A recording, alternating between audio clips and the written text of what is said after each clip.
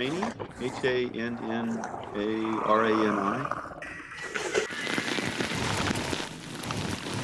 I see you're gonna do an intro. Awesome. Yeah. All right. I'm making a story.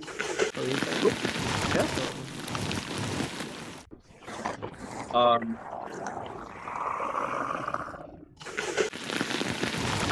Okay. Excellent.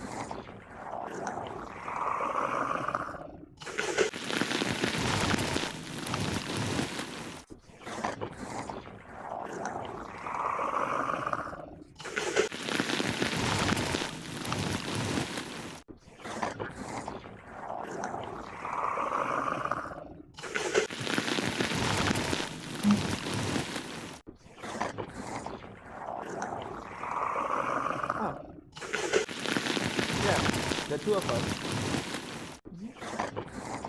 Yeah. Sí, perfecto.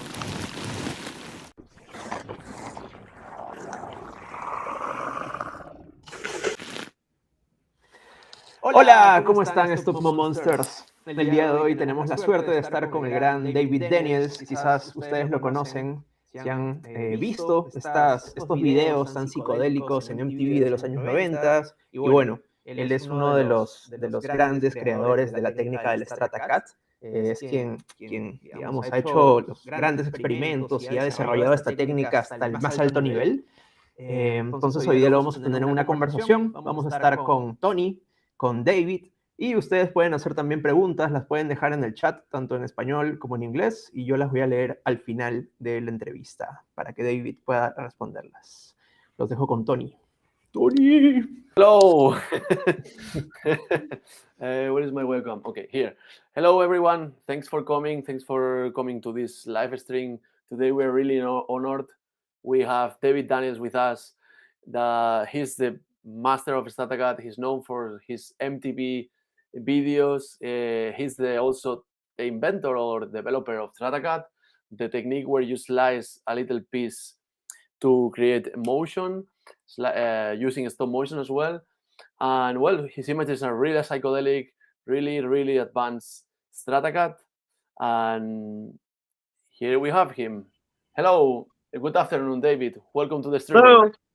Hello, Tony. Hello, Valentine. Hello, StopMoMonsters. Welcome. Thanks. First question I'm going to make to you. It's how do you describe yourself? Myself? Yes. A voracious, curiosity-seeking bio unit, always looking around the edges of reality, trying to understand what's next or what I'm not seeing. I'm always fascinated with what I don't perceive. So I exercise trying to understand how to change myself to perceive more. And I spend a lot of time, I feel like after many decades and years of so many experiences in my life, I feel that I have three qualities, which is curiosity, patience, and tenacity.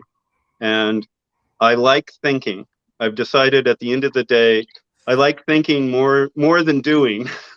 More. I've done a lot.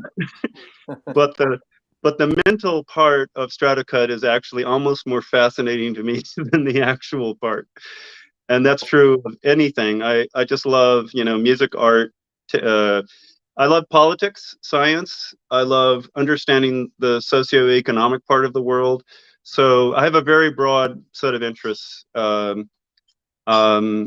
I don't know, just a child of the universe, enjoying this moment of life with you, Tony, and you, Valentine, hoping that as we talk together and understand maybe time, shape over time, or time-space blocks, that's a message in a bottle as to how we're all connected over time. That's what I've come to realize over time. So that's David. Okay, wow, that's amazing. That could be a description for a psychedelic band from the 70s, right? Or 60s. That's an amazing description. I'm amazed by your T-shirt, by the way. It's actually the T-shirt, yes. This is Jen Stark. Shout out to Jen Stark. Totally Instagram her. She's a wonderful, she built her own native, she calls it, psychedelia. And sacred geometry. Jen Stark speaks about sacred geometry. And so, like, the patterns of this shirt are a bunch of drippy, molten psychedelia.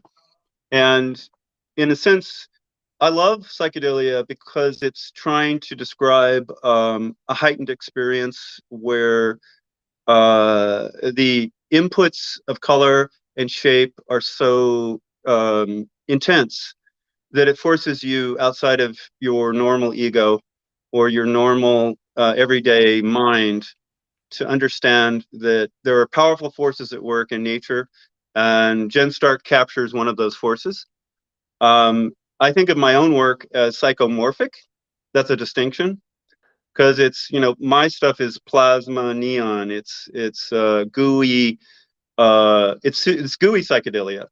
So the morphing aspect of it to me is very distinct from, I would call this the delic aspect, the harder edges that come from the 60s, the 60s paintings or predecessors to that, the Art Nouveau. Art Nouveau is where a lot of this began.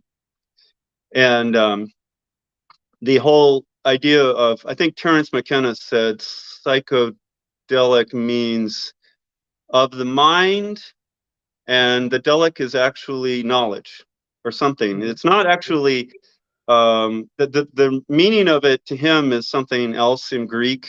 To me, it means almost digital. I hate to say it that way, but it means precise. When I hear delic, I think, oh, the repetition of a series of precise shapes that become kinetic to your eye, right? They become kinetic to your mind or to your eye. They actually are active. They're not really very passive because they're energetic. And I think of my morphic stuff as fascinatingly, I don't know, it's both very primitive and very sophisticated, right? And right. But the animations you did that are more sound or are more that are working better nowadays on social media are the ones that have some rational thing on it.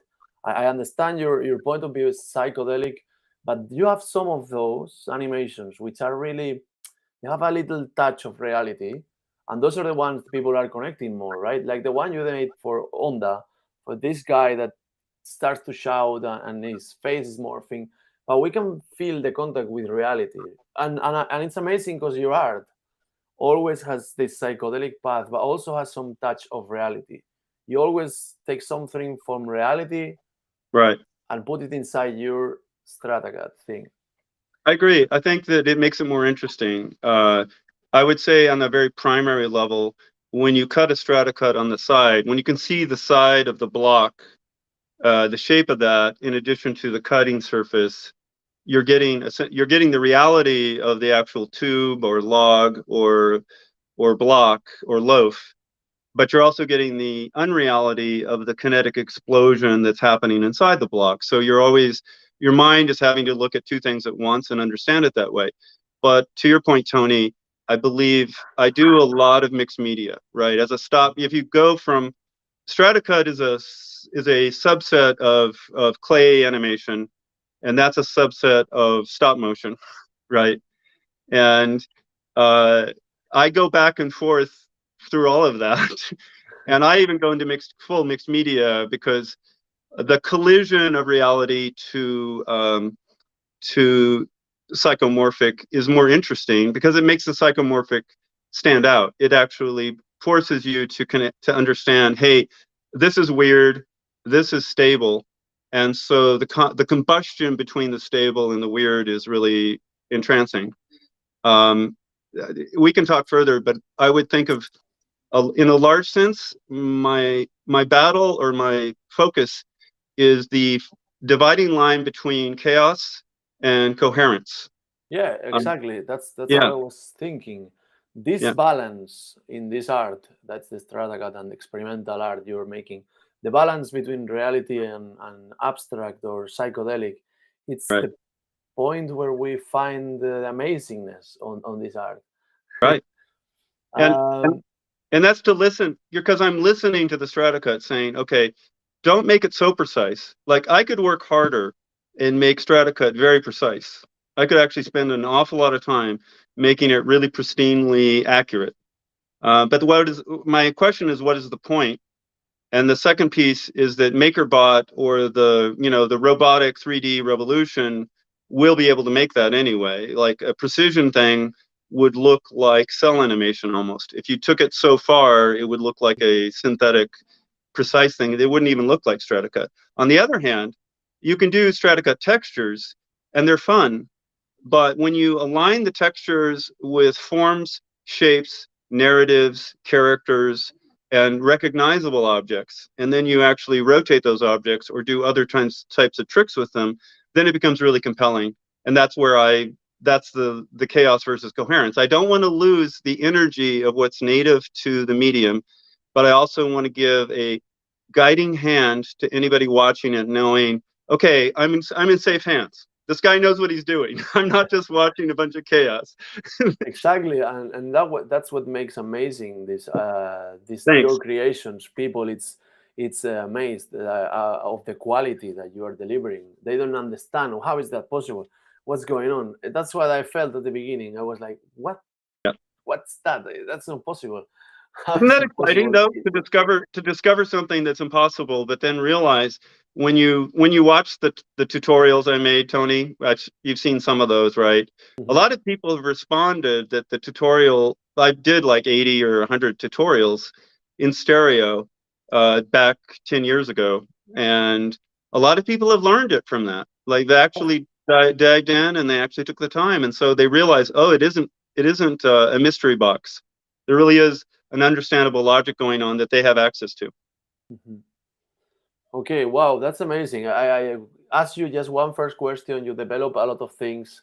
I wasn't expecting that, because now I have other questions that were aligned with the other stuff, and it's like I don't know, like related to the same thing we told before. When someone comes to you and say, David, what's your job? What do you do for a living? What do Wow. they tell them? Wow. Well, since the age of 5, I've sculpted in clay, and that's an unusual thing to begin with. Many people start sculpting, but they don't continue. Like, people will play with clay at 5, but they won't play the next day and the next year and the next 10 years. And my unusual circumstance was I was encouraged and developed in an environment where we had a table called Claytown, and my sister is much better actual clay sculptor than me. She's 3 years older, and she was such a natural clay. She's so talented naturally that I, in a sense, as a younger child, as her younger brother, I was watching everything she was doing, and I was constantly improving because she was so good. That's the first secret. Secondly, doing this, any kind of self-actualization in an art medium, and this would be in my case clay, but any self-actualization, when you get good at it, when you're encouraged to do it, means you think around the edges of life in every way, because you can create your own reality or your own outcome. You can create what you imagine. When you do that in childhood, then everything after that in life is me trying every other medium, including software and computers, and I did a lot of CG. I've done an enormous amount of work that has nothing to do. Stratacut is maybe 10 years of my working life, and I've been working for 35, 40. And all of those other things are different adventures. And you could say it's entrepreneurial, but it's really trying to apply creativity to practicality.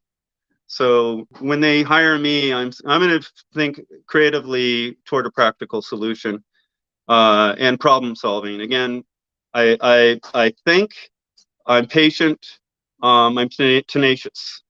And if you just practice being those 3 things, you can explore anything in life. And that would be, my history. I have a lot of specifics, Tony, about what I've done that aren't Stratacut, and a lot that are.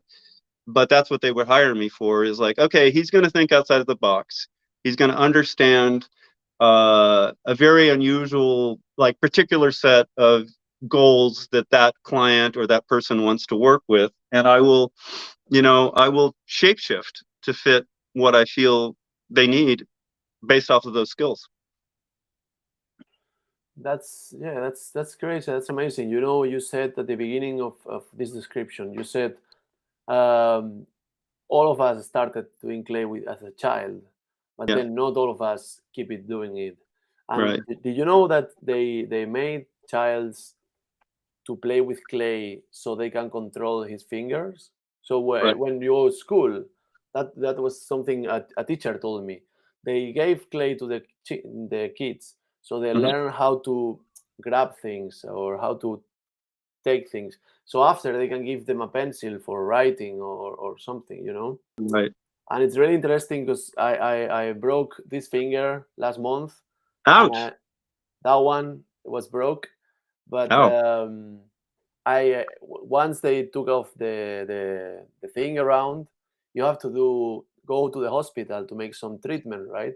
But they say, like, okay, you can go 2 weeks to your house, and then you come back and you will have to do some exercises on the hospital.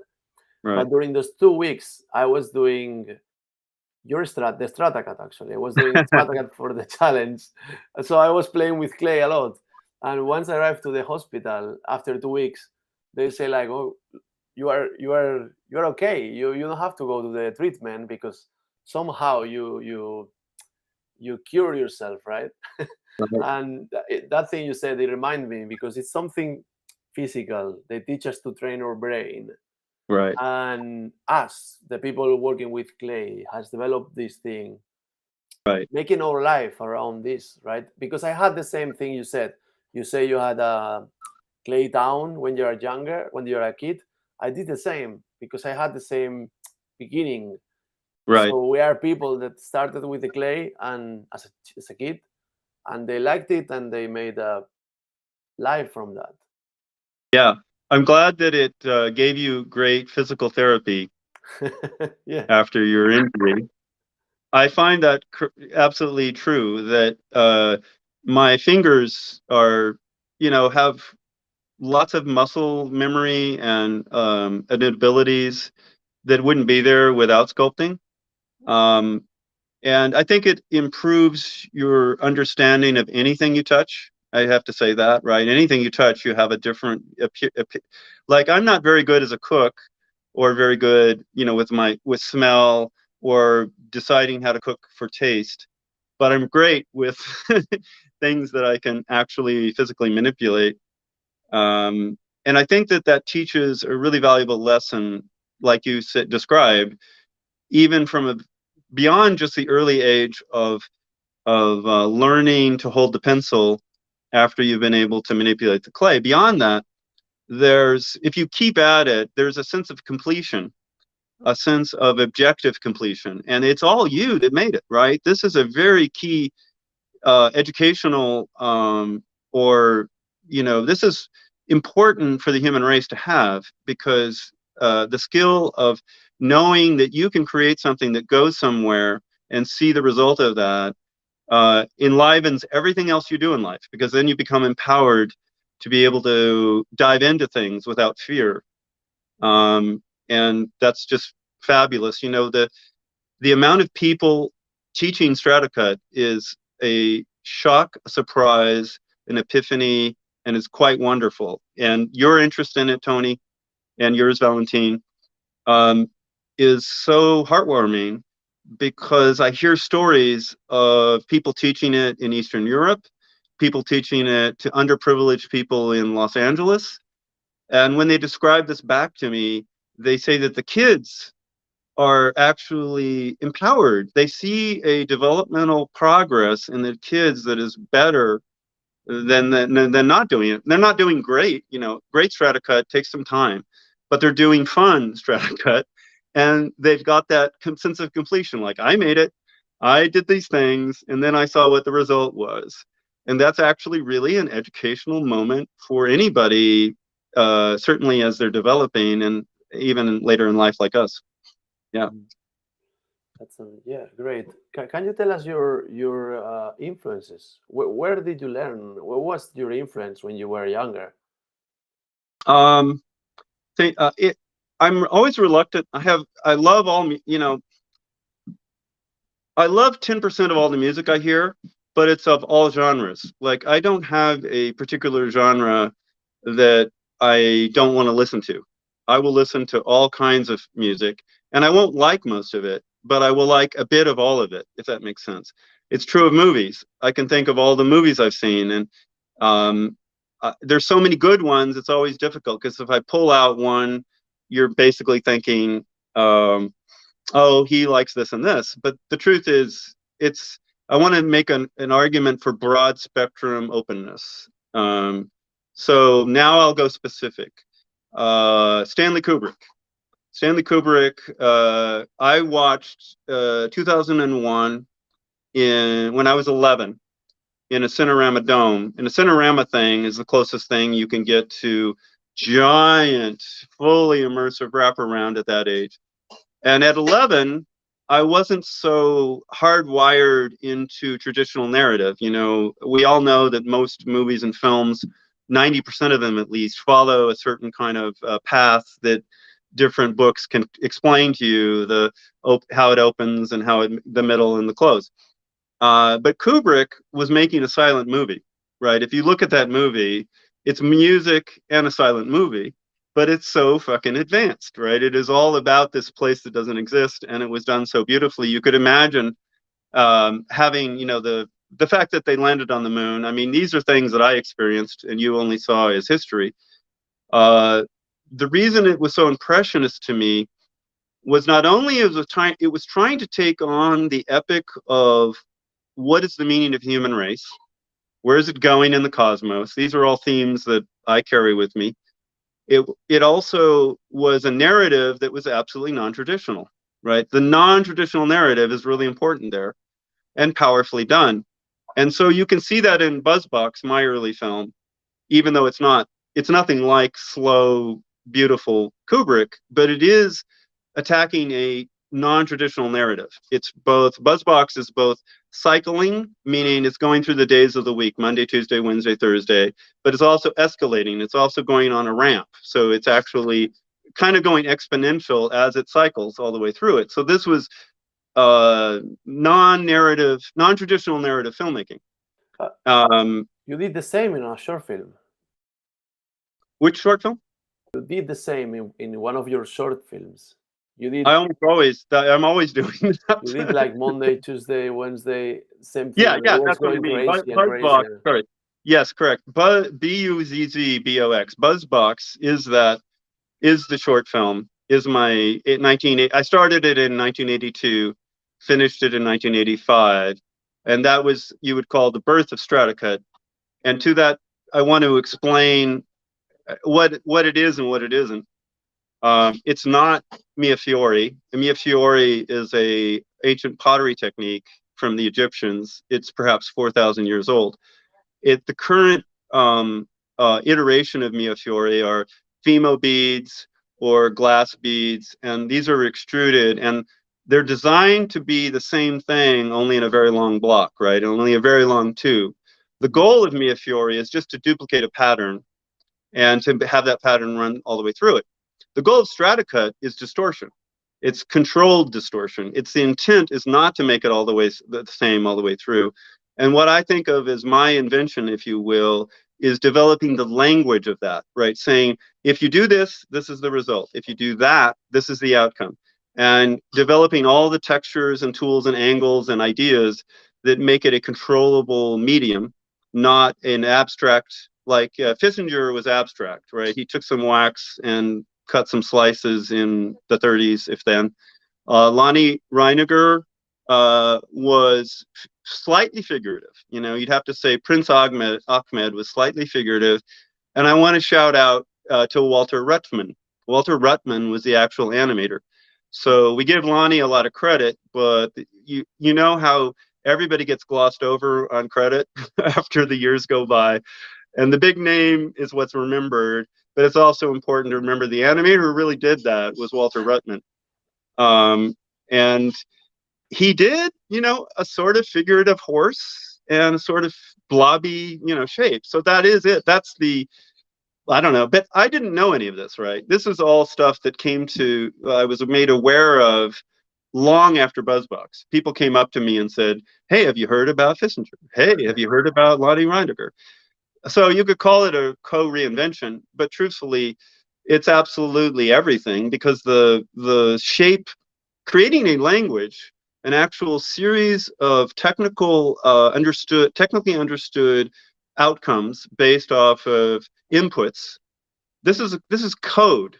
I created code that is using analog putty, right? So you can program your block, and that's how I think of it. That's what the invention is. It's not Mia Fiore, and it's not already done patterns. So you mean when you started making the Stratacuts, you didn't have any reference? Because I know that some people that made it before, but you started making it just because you wanted. There was no reference, nothing like, No I reference. can't do that. No, you start doing it and it Yeah. appeared for you, right? Yes. It came from Claytown. Claytown, when I was 8 years old, I had a birthday, and my sister made a cake in clay. She just imitated what you do with a cake: icing, icing cake, layers. And then I thought, great, she made, we did this in Claytown. We would take real life and imitate it in clay all the time, right? So she made this cake after my 8th birthday. And then the moment of epiphany, where time stands still for me, is when she took the little knife, and cut it. She took the sharp knife. That's an important thing too. You need a sharp knife. So she took the pear knife from the kitchen and cut the clay cake. She took the slice out, and my brain, everything's on fire, going, damn, that's clean. Damn, that looks sharp. Damn, that looks amazing. Damn, that's just, I got to remember this. It was sort of going through my mind. I didn't know what to do with it. I didn't know anything that would be an outcome, but I knew that was special. Anybody who works in clay knows that it gets dirty. It gets icky. When you sculpt, you really can't show your sculptures except through stop motion. I mean, a lot of stop motion animators come to stop motion because they're sculptors trying to put their clay animation in a way that's preserved, because the character will get, destroyed over time. And how did you start in stop motion? In stop motion? I mean, you start doing this, that's the moment you start your passion. But when did you start? When do you realize that you could use stop motion, and when did you get your first camera? How did it start? Yeah, I was 12 years old when I got my first camera, and I started to do stop motion in clay, because we had Claytown. So all of the objects were there, and I had some sculptural ability by that time. I managed to make a short film, which I can show you at some point, called The Duchy of Frog. And it's kind of based off of, I had just come back from Europe. Like, I'm very strange because I'm born and raised in Southern California in San Diego, but my mother sent me to Europe along with my 2 sisters and my brother.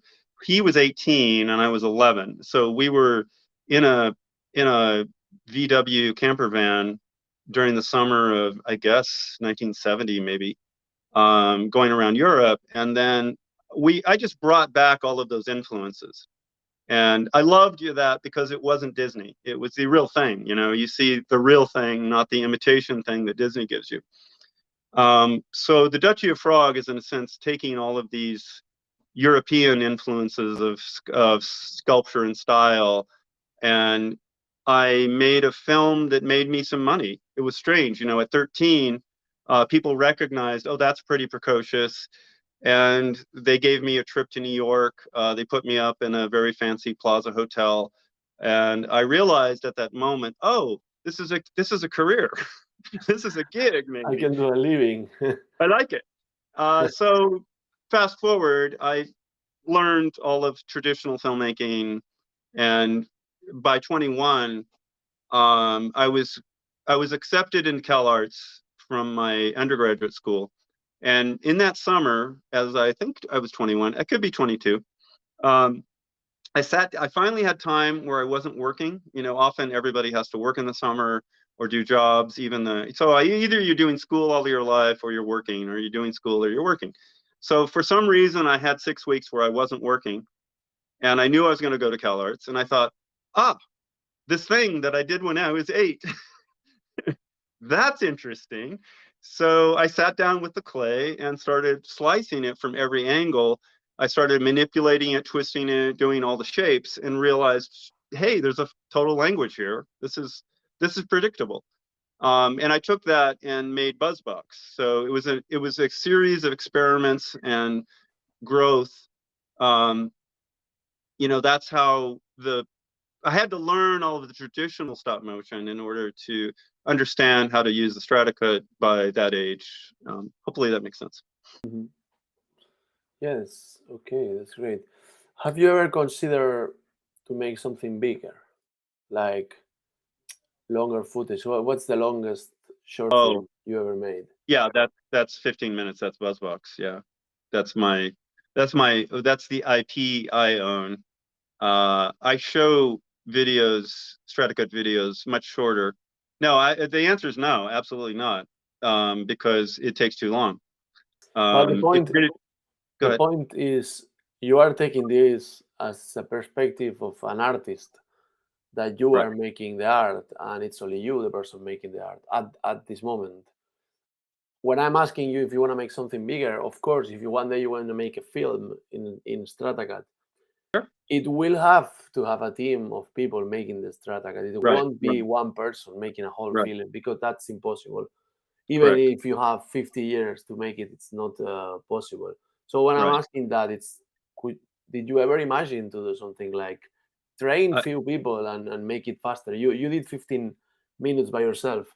What if you train, I don't know, 8 people and put them to do Stratacut? I have thought about it.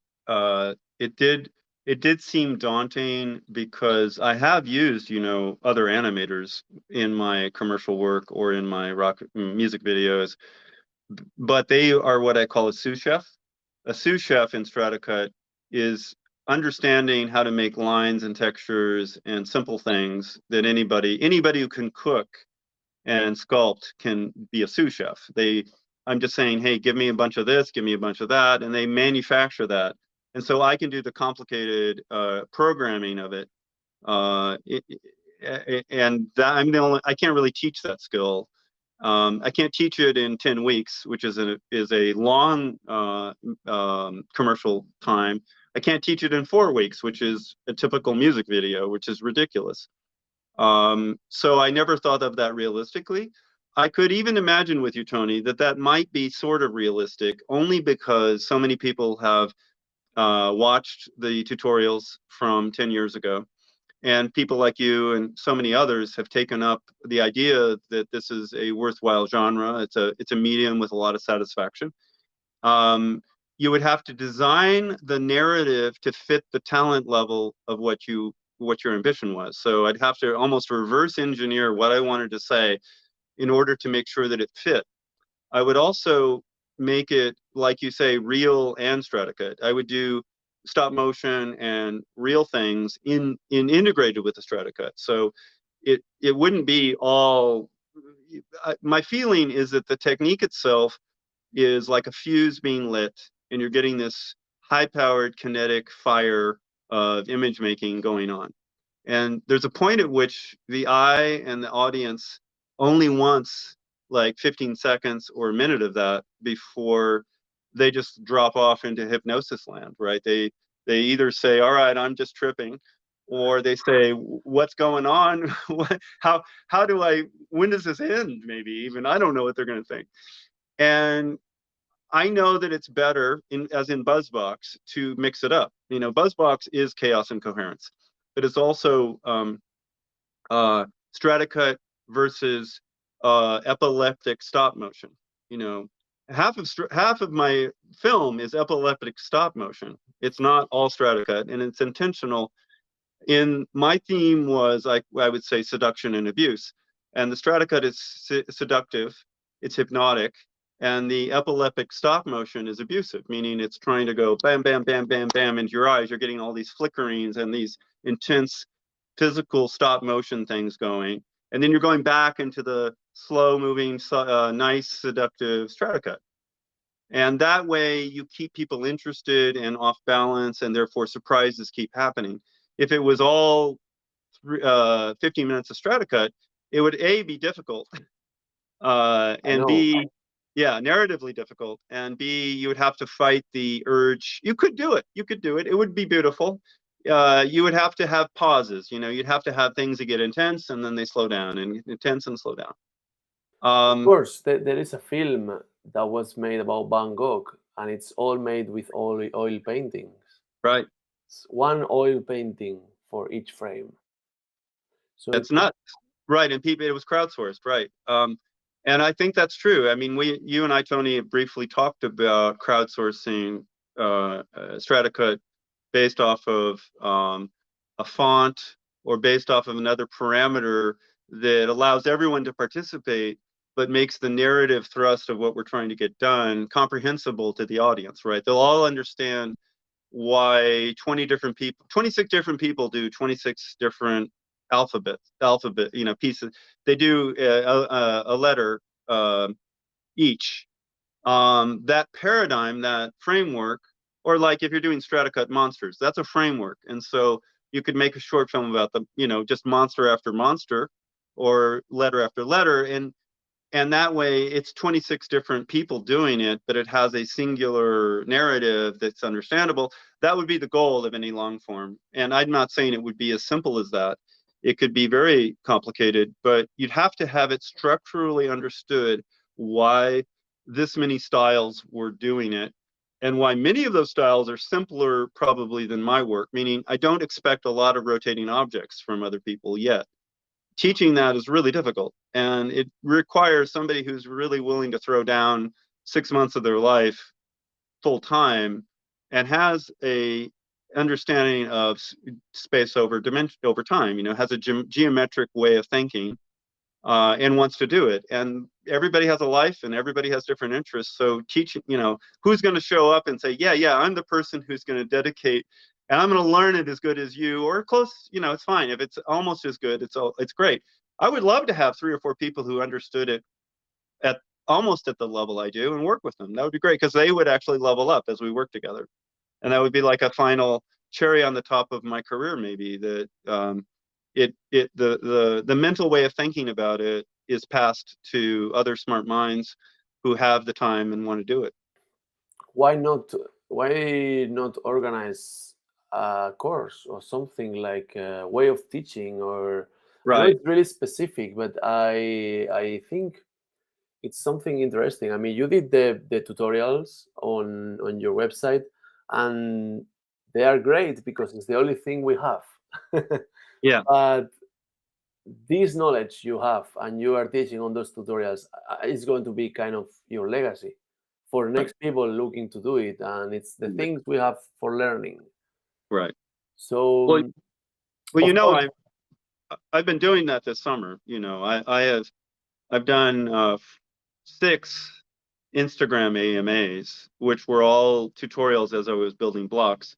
3 of those were at my house as I was building material, as I was building these blocks, and 3 of them were with an audience, and I was showing them how to build, and then most of the time trying to cut it up. So I was a tutorial. Ideally, is keep people interested for 2 or 3 hours, whatever they can handle, and cut it up at the end, so they get the satisfaction of seeing what I built. They get the, you know, the, hey, it finished. And I want to do more of those, but they are exhausting, and there's no, I want to say this, you know, I don't have a monetization strategy for that yet. I want to be a working artist. I'm attempting now not to be a commercial artist as much, and or Like I say, 25 years of my years have been as a stop motion live action director, business owner, just a long list of skills. And that's exhausting and it wears you out. So the teaching isn't quite enough in my mind. I haven't figured out how that would be enough to make a living yet. And I'm trying to make a living, really. That's what I'm trying to figure out right now. Okay, I'm ready to do this. I'll keep going. I really love that so much of a response has come back to me. I can't tell you how, I don't know, thrilling or emotionally satisfying it is to see so many people have interest and show it with such sincerity. Amazing. And I know I'll find my way. I just haven't figured out what that is. I will do more demos. There's sort of going to come, once a year as 3 of them in a spurt, probably, because it's a performance. It's really performance art. It's not education. It's sort of almost performance. It's education disguised. It's well, I don't know, as performance art. Well, I think we will talk about that in the future. Yeah, okay. We will come back to that. We'll come back in the near future. Probably, I think there will be a way to. Yeah. Tony, you'll find me a patron who says, "Yeah, we need more of this," and I'll step up to the plate then. Maybe yes. Who knows? Yeah. Who knows? Who knows? I mean, if you want to make something bigger like a film, you have to teach. And either if you don't want to make it teaching as well, it's a way to make a living, to make it. The thing is, how many people it's going to make to look to do Stratacut or not. But for sure, I'm sure you will be able, for example, to teach on animation schools. Yes. I think the other problem is I'm a very shy person. I'm seriously shy. Oh yeah. And that comes from being an animator. I mean, why do you become an animator? Most animators are shy. And they like, quiet privacy. They like the intimacy of creating their own little, hey, I'm God, here's my environment, I'm going to work on this. So you lose yourself in flow, and the enjoyment of losing yourself in flow is one of the greatest enjoyments of life. So in a sense, I'm giving that up as I teach because I'm trying to rub my head and pat my tummy. I'm trying to chew gum and walk at the same time. And so if I'm describing what I'm doing while I'm doing it, it's just doubly stressful. I hate to say it. And I like doing it. It's not like it's bad. It's just that it has to be really in small quantities because I don't get to go back and enjoy. I'm still trying to discover things in my mind, and I have a lot of ideas I still, push. When I went to art school, my teacher wasn't teaching that much. It was more correcting other people, right? I could say. So, for example, a way for teaching Stratacut could be making an exercise. You did the blinking eye, right? Right. Making an exercise, and then the person makes the exercise, and you go there and say, okay, this is what happened here. This is what I would like to correct. Why this happened? So maybe not all the time teaching, it's making it. It might be as well correcting. Maybe if I want to learn Stratacut, I would be happier to get your corrections than 2 hours live of you making it, because explaining how to make the blinking eye, it might take you 1 hour more or less, or 30 minutes. I don't know, not that much. Not that much. Then I can go home, make it, and come back and ask for your corrections, right? So it's more about correcting the final thing and checking how it went and how to improve it, rather than be it all the time teaching. It's not needed that you stay 6 hours explaining. It's needed that students stay 6 hours practicing, but you can correct in short time. I think that's great because really, you're always asking a question when you make a Stratacut block, and then the block is telling you the answer. Like maybe you didn't ask that question right. What did I do wrong? How do I re-explain it back to myself? What am I learning from the last experiment that I can take into my knowledge base about shape over time? I'm learning this skill, shape over time. Okay. And yes, I would actually really enjoy just sitting there and picking apart, like, this is what's working, this isn't what, this is how it went in, this is why it was a surprise, this is why it was a good surprise, this is why it was a bad surprise. All of those things are fun, but you really need a committed group, because the effort to do that takes away from my last few years in life where I really have a lot to say and I want to go say it. So pouring that knowledge and time into a group of people makes sense. If I think they're like really dedicated, then I'm on it. I'm with you. I think that's good. This isn't to say anybody needs to be dedicated. Like, everybody's either going to come and have fun once or come back to it and do it again. I just know that it's such a difficult thing to wrap your head around, and most people will say I've had enough, or they'll take the exit after they learned enough. And then I sit there and go, well, they're pretty good, but can I use them for that feature-long film you want to do? Maybe not. Look, I'm going to tell you a story. So Okay. you will learn a little bit about Spanish animation, Spanish stop motion animation. In 2007, 2008, we had a studio here in Spain that was called Clay Animation. Now they are called Inspira Animation. The guys from Inspira, they wanted to make a series. They wanted to make a TV series called Clay Kids. And the thing is that they needed 7 animators for making that series. But at that time, there were not 7 animators in Spain. There were Right. not enough.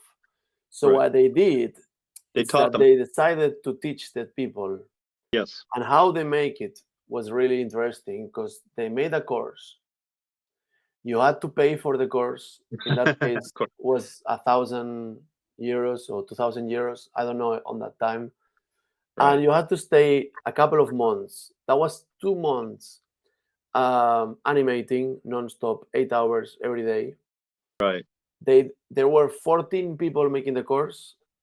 They were all paying. But if you were one of the 7 best people, you Right. won't have to pay the course. Right. So half of the class ended up paying for the course, and the other half didn't pay. And the half that didn't pay, they were selected to be working as well. Right. So that's how the Spanish animation started, because Right. they decided to make this course every year. After the Right. first year it was fructable. Second year they made a second season, and they made Right. it. And that time was normal paying. There were no free people. So this course has been working for the last 9 years, and that's how I Excellent. learned animation. I learned animation going to that course. I went to Right. the 7th edition. So people get motivated as well when there is a job opportunity after that. That's Uh, obvious, right? So right. of course, the beginning of that, in the moment when they made this, was they asked for funds. They found the people that get funds to make the TV series, and they knew they needed 7 animators, and Spain had no animators, and now Spain is one of the countries with more animators in stop motion because they had been training 50 people, 15 people every year since then. And now Spanish animators are everywhere, are in the films, are everywhere. So Yeah. the same thing or something similar Right. could arrive to happen to Stratacut. Of course, Right. it's easier if there is someone saying, "Okay, David, okay, David, take the money, make this long short film, and we give you money enough so you can make that big thing." Mhm. And I believe this teaching moment that happened with this company, it's more meaningful than the series they made, because they created the second generation of animators in Spain. And this made the history. And they made his business. They didn't lose any money or something. They made his Mhm. business. They teach, they charge for teaching, and they promised to do a big project after. And that Mhm. was the beginning of Spanish animation, It's a Spanish great stop story. motion animation. Great story, great anecdote, and thank you for telling it so well, Tony. I know there was a VFX house called Rhythm and Hues, or it could have been a different one, that had a similar idea. As VFX was going to India and China from the United States, they decided they were going to offer a course in VFX, and so they got all kinds of people who paid, whether or not they, and then they would be hired if they were good enough. So it's a great model, and what you're describing did make a big difference in a much larger sense than the actual TV series, right? It made an entire phenomena, and that's very exciting, and I like that. I want to suggest, though, that when I think of what's ahead, we're going to have to pull back from our conversation and imagine what the next 10 years looks like, and the next 20 years looks like.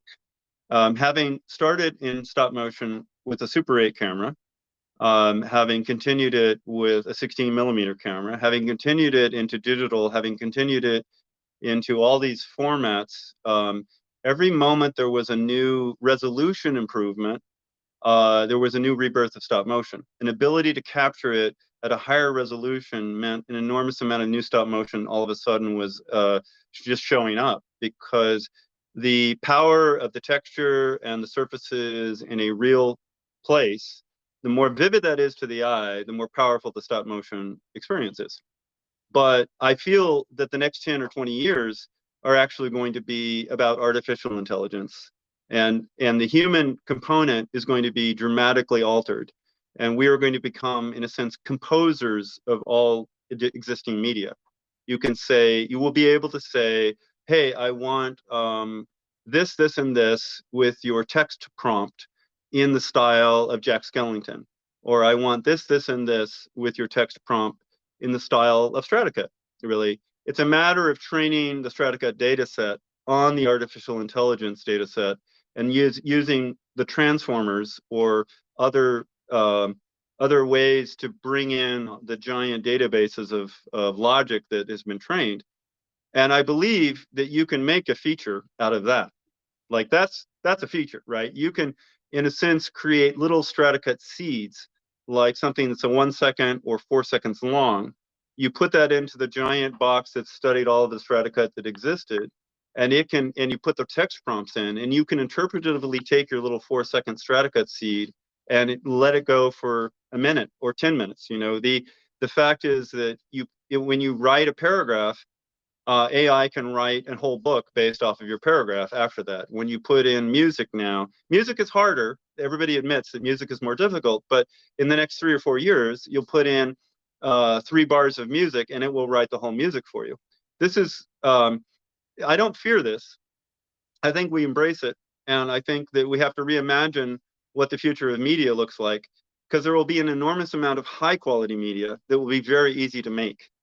And nobody has experienced this yet, where anybody in their basement can plug into better and better AI models, whatever they feel, and the AI gets better and better, and very quickly, as we all know. We've watched it just take off. What is it? Midjourney and Stable Diffusion are hot right now, for example.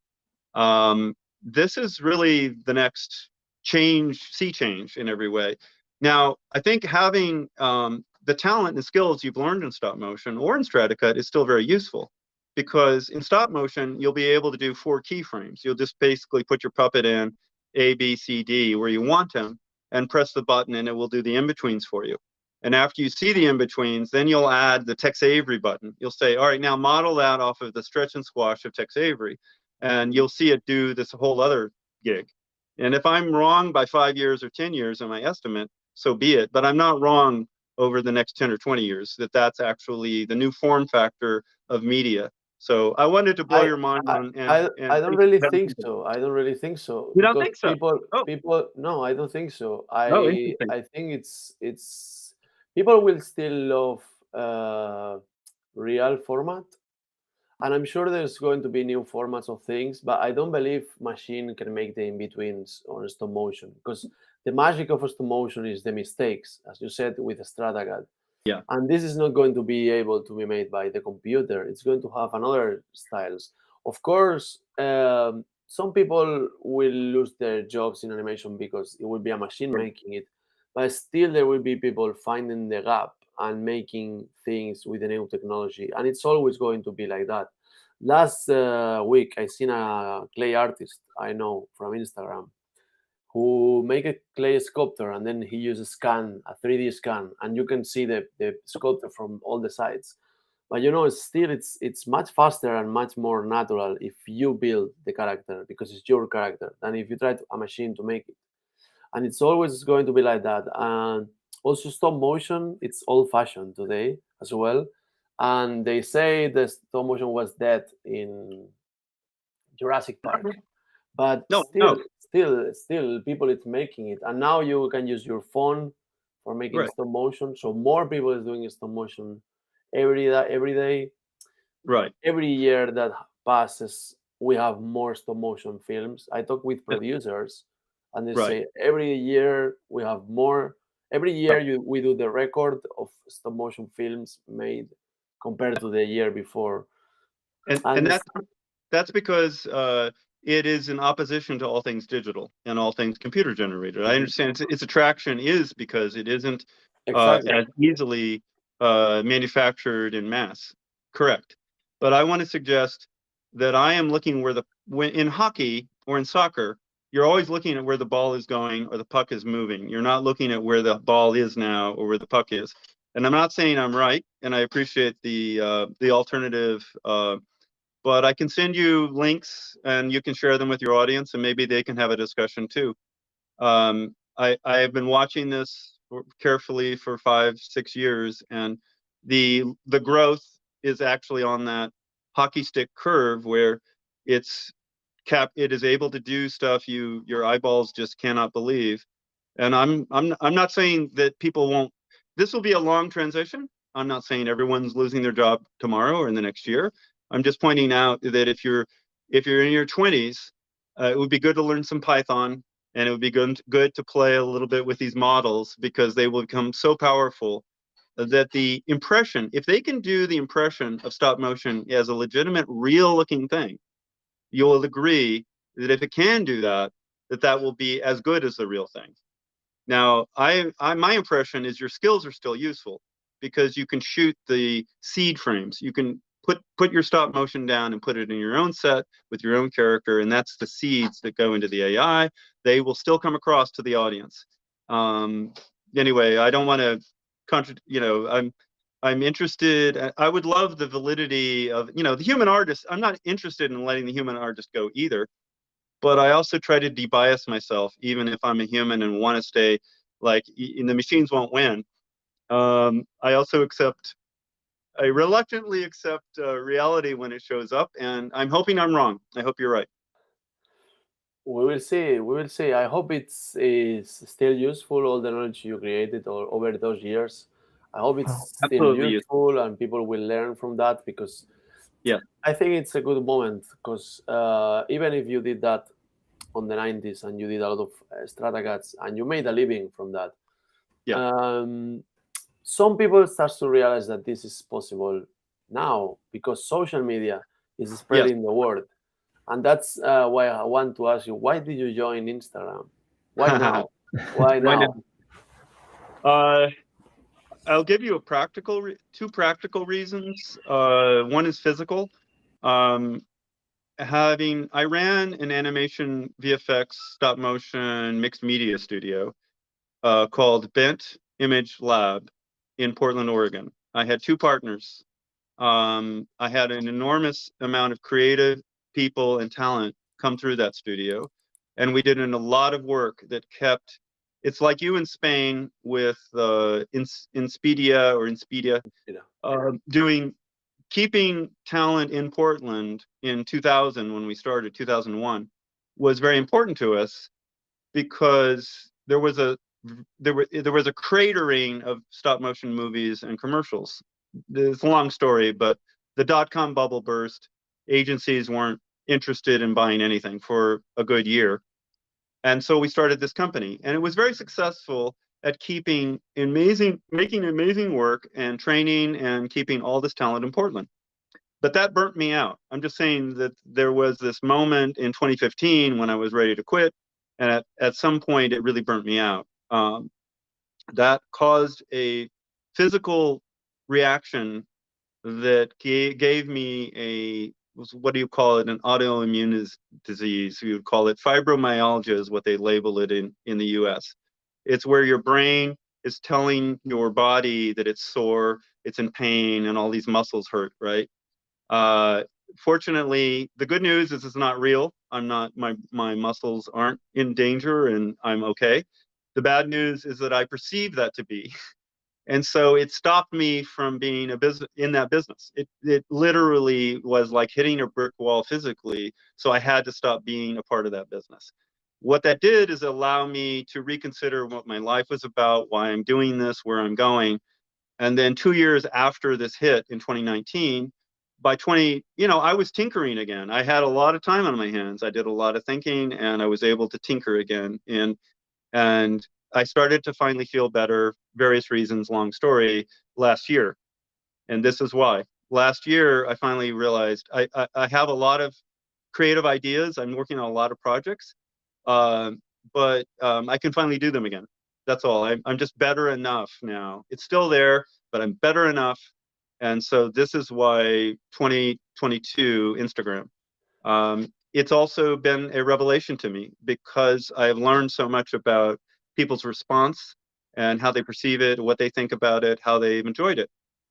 So that's a good cycle. It's a self-reinforcing cycle. I've been able to feel like this is more important than me making another commercial or another, work for hire or something for a client. And that gives me a lot of hope. And when you have distress, physical distress, hope is one of your best allies. That's amazing, David. And are you working in detail? I don't tell many people that, Tony, because it's like, who wants to, nobody wants to hear that they're, somebody else is in pain. We are all in pain at different times. And the older you get, the more you will be. Look, Yeah. David, if someone is coming to this live and wants to hear our conversation for a couple of hours, it's because it's someone that really wants to meet you, really wants to know about you. And if that's important for your life, that's important for the people listening. They want to know you. They want to know the truth.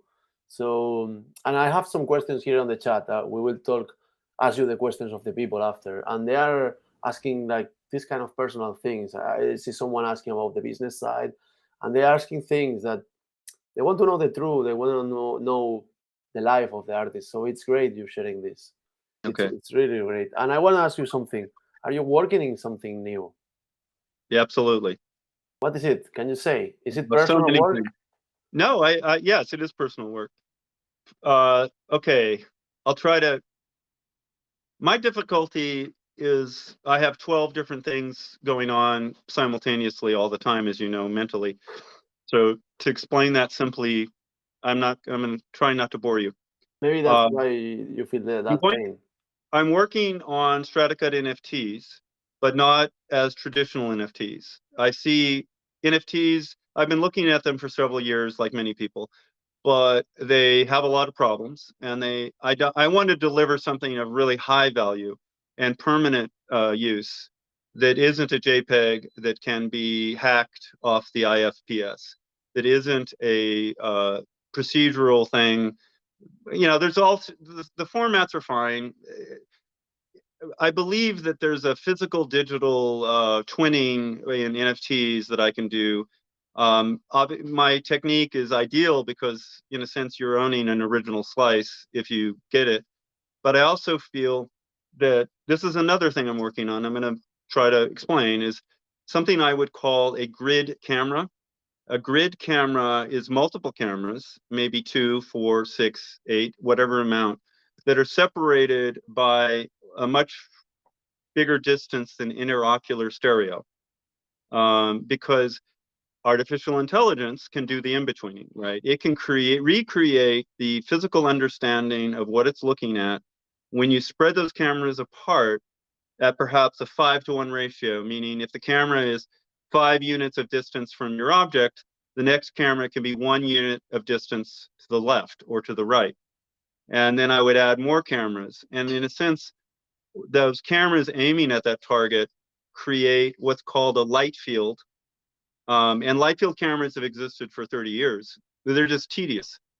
But in AI, you can do a really lightweight version of it, meaning 4 cameras is probably enough. You don't need 24, you don't need 50. And to me, this will usher in the era of spatial cinema. Spatial cinema means when your head is looking at your Stratacut or your stop motion, you're seeing it from all sides. You're seeing the immediate render, re-render in a sense, of the physically captured object to your eyes at the moment that you're perceiving it from any direction.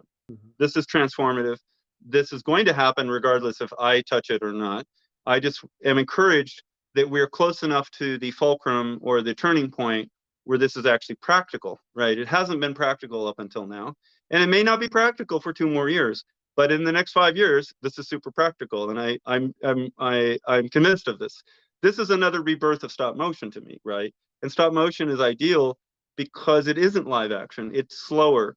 Over time, in 5 or 10 years after that, you will have live action that's captured immediately with a grid camera, with 4 cameras or whatever. And you'll be able to stream dimensional stuff in 2050 or et cetera. But in the interim, stop motion has this window of a decade maybe where it will be super powerful because it's achievable before the technical throughput of the live action catches up and becomes even more ubiquitous, right? So the grid camera is a way, if it works, and I think I've explained it simply enough, for an NFT to have extraordinary power. Because what I would sell in the NFT is the Stratacut piece or the Stratacut section with all of the camera views to allow anybody to create that spatial cinema for the thing they bought. Whether that's what they're going to own. In addition to the physical object, right? I mean, yes, you can also get the physical object, but people are going to want more digital things that are powerful, right? Because it's portable, and people don't. There's a heaviness to Stratacut, which is if you collect and you like objects, it's great. If you want to live light in a condo and move around the world, then you want a digital thing. Anyway, the grid camera is high on my mind, and I'm going to try to write out a coherent proposal. I mean, I've got sketches, but not to the point where you would understand them, maybe, and I need to do that. I need to be clear. And then I would hope that an AI community, somebody in the AI community would actually take this up and say, all right, you shot these four positions. It could be that 5-to-1 is too much or too little. It could be 3-to-1. The key is that each camera has a reference or a calibration slate. And the calibration slate is a series of boxes that are a millimeter or 10 millimeters or some pre-described understood size. And you put the calibration slate as your first 2 frames on these 4 cameras. And from that calibration, it will understand how to create the spatial comparative of your cameras. In theory, you could use telephoto and wide angle and it would work. You know, I would tend to want to do standard cameras to start, but over time, you'll be able to shoot all kinds of unsynced, unidentical viewpoints. And as long as it's not too far away, meaning I wouldn't suggest you be 90 degrees to each other. That's probably too much for an AI to understand or work with right now. And so where are we at? It's a spectrum, and I have to figure out where that spectrum is and work with somebody who knows artificial intelligence better than I, how to then blend the perspectives. There's one other piece missing, which is the viewer, the ability for you to see it on your side, right? So the viewer needs to be developed to the point where it works on your mobile phone or works in real life. So that's another aspect that I can't build, but I have a lot of theories that I could work with. I have an enormous amount of ideas for this. You know, one is Stratacults, as in CULT.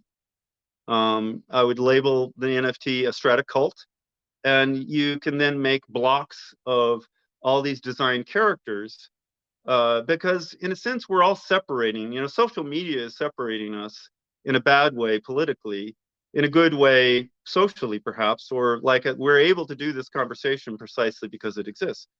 And I think in the worst case, it's a cult when you've bubbled yourself off.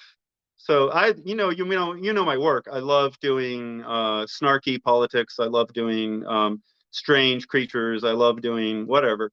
And I believe that that would fit under a sort of Stratacut.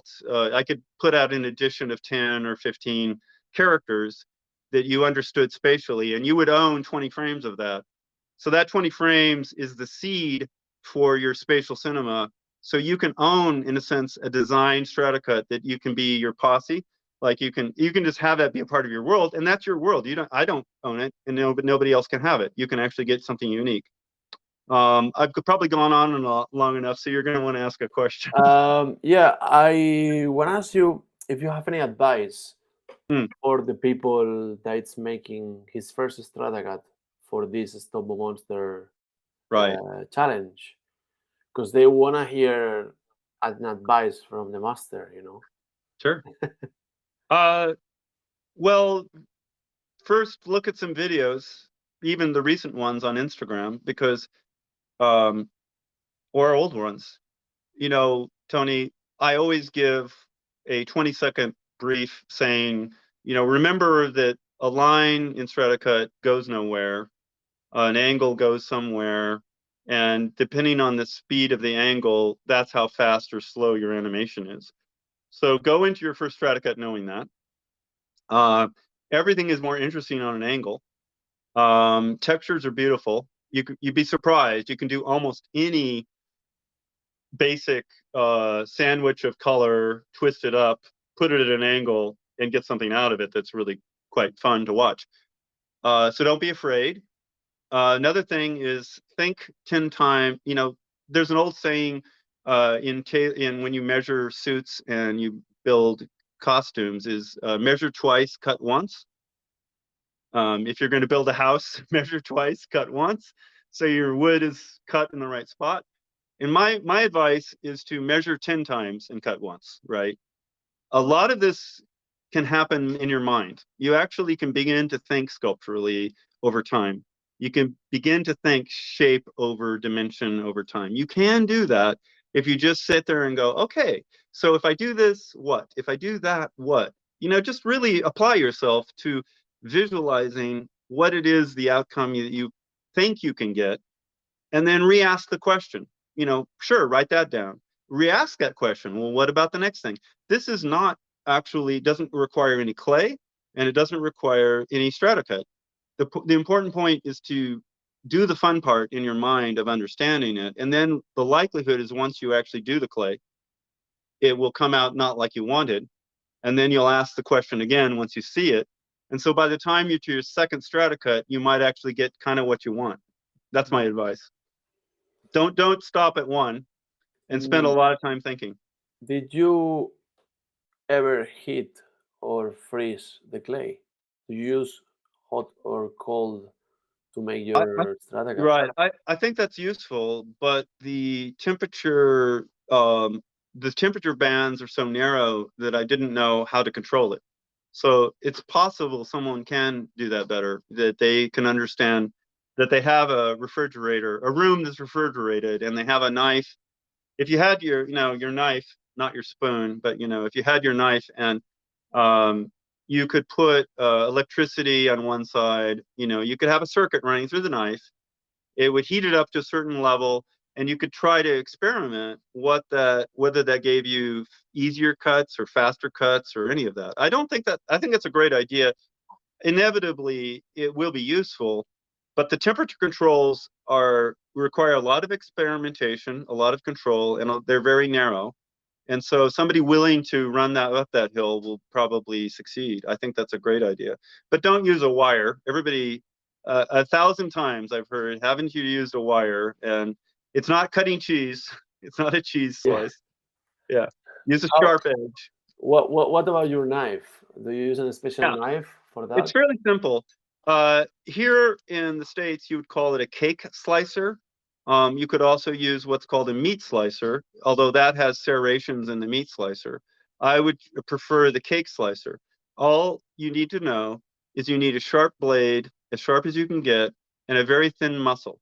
The muscle is the opposite side of the blade. It's the top of the blade where the strength of the blade holds it together, and the bottom of it is the cut. If that muscle is too thick, as most knives are terrible because they put a thick muscle. Valentin is showing his Stratacut knife, for example. That, yeah. Yeah. Now we're gonna. Is it a good knife? That's a good knife, yeah. Because look at the muscle. How thick is the muscle, Valentin? I think 1 millimeter. I think. Yeah, 1 millimeter. Yeah, and perfect. You know, it's literally should be as invisible to your eye when you put it on the side as you can make it. That's a good knife. My first knife was an heirloom, and it looked like a machete. So it was actually, it looked like something you would hack people with, you know, to kill them. But it had a straight edge, and it had the required. It was much thicker than your knife, like taller. I mean, it was much taller than your knife, but it had a thin muscle and a sharp blade. And I had that knife. It was handmade. Had it for, I don't know, a couple of decades. It has been lost. But any $20 cake slicer is a good way to go. Did you ever try a machete? There's a curved aspect to a machete, right? Yeah. I mean, it has a curve on it. You want it to be straight because you got to get to the bottom of the cut well. Especially if you're cutting, there's two ways, you know, generally you're going to be cutting on a surface and going down, and you really want a flat edge. You don't want to be having to do this each time you cut, right? This, hey, I got to get my curved machete to go. The other way to cut Stratacut is to build a temple or a pyramid or a block that's seen from above. The camera's up here, the block is down here, and you slice it down this way. And I guess you could use a curved knife for that, should you want. I'm not against a machete as long as it, you know, it seems larger than what you need. I think the one key to think about is the surface tension of the knife. The knife is cutting through something with a lot of surface tension inside it. And your control is directly proportional to how big the clay is. The smaller the clay block, the easier to control. That means you can get a thinner slice, like I would say a 1/12 of an inch. I'm using old terminology. Let's say 2 millimeters. The bigger, the fatter, you know, like a size of a postcard, you could get 4 millimeters. And if you do like a sheet of paper as the surface you're cutting, you might have to do 6 millimeters. You really have to get thick. And that's because the surface tension is so difficult to control that you get a single clean slice all the way through. And then it will depend on your muscles. You know, men will generally perhaps have more strength at times. And so you could probably cut a bigger piece. But I've noticed I cut some pretty damn large stuff in my 20s, and I can't do that anymore. I have to go smaller because my capability of doing it by hand. And the answer to that is a guillotine. You know, create a thin muscle blade guillotine that's actually mechanical. And then you can it will still have the same problem, meaning the larger the clay, the more tension, the more stress, the more torque has to be applied to the blade to make sure it doesn't wobble.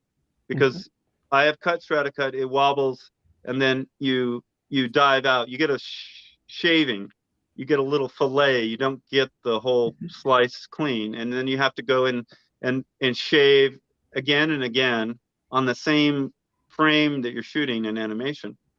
And in order to get a single cut, because you couldn't control the knife well enough.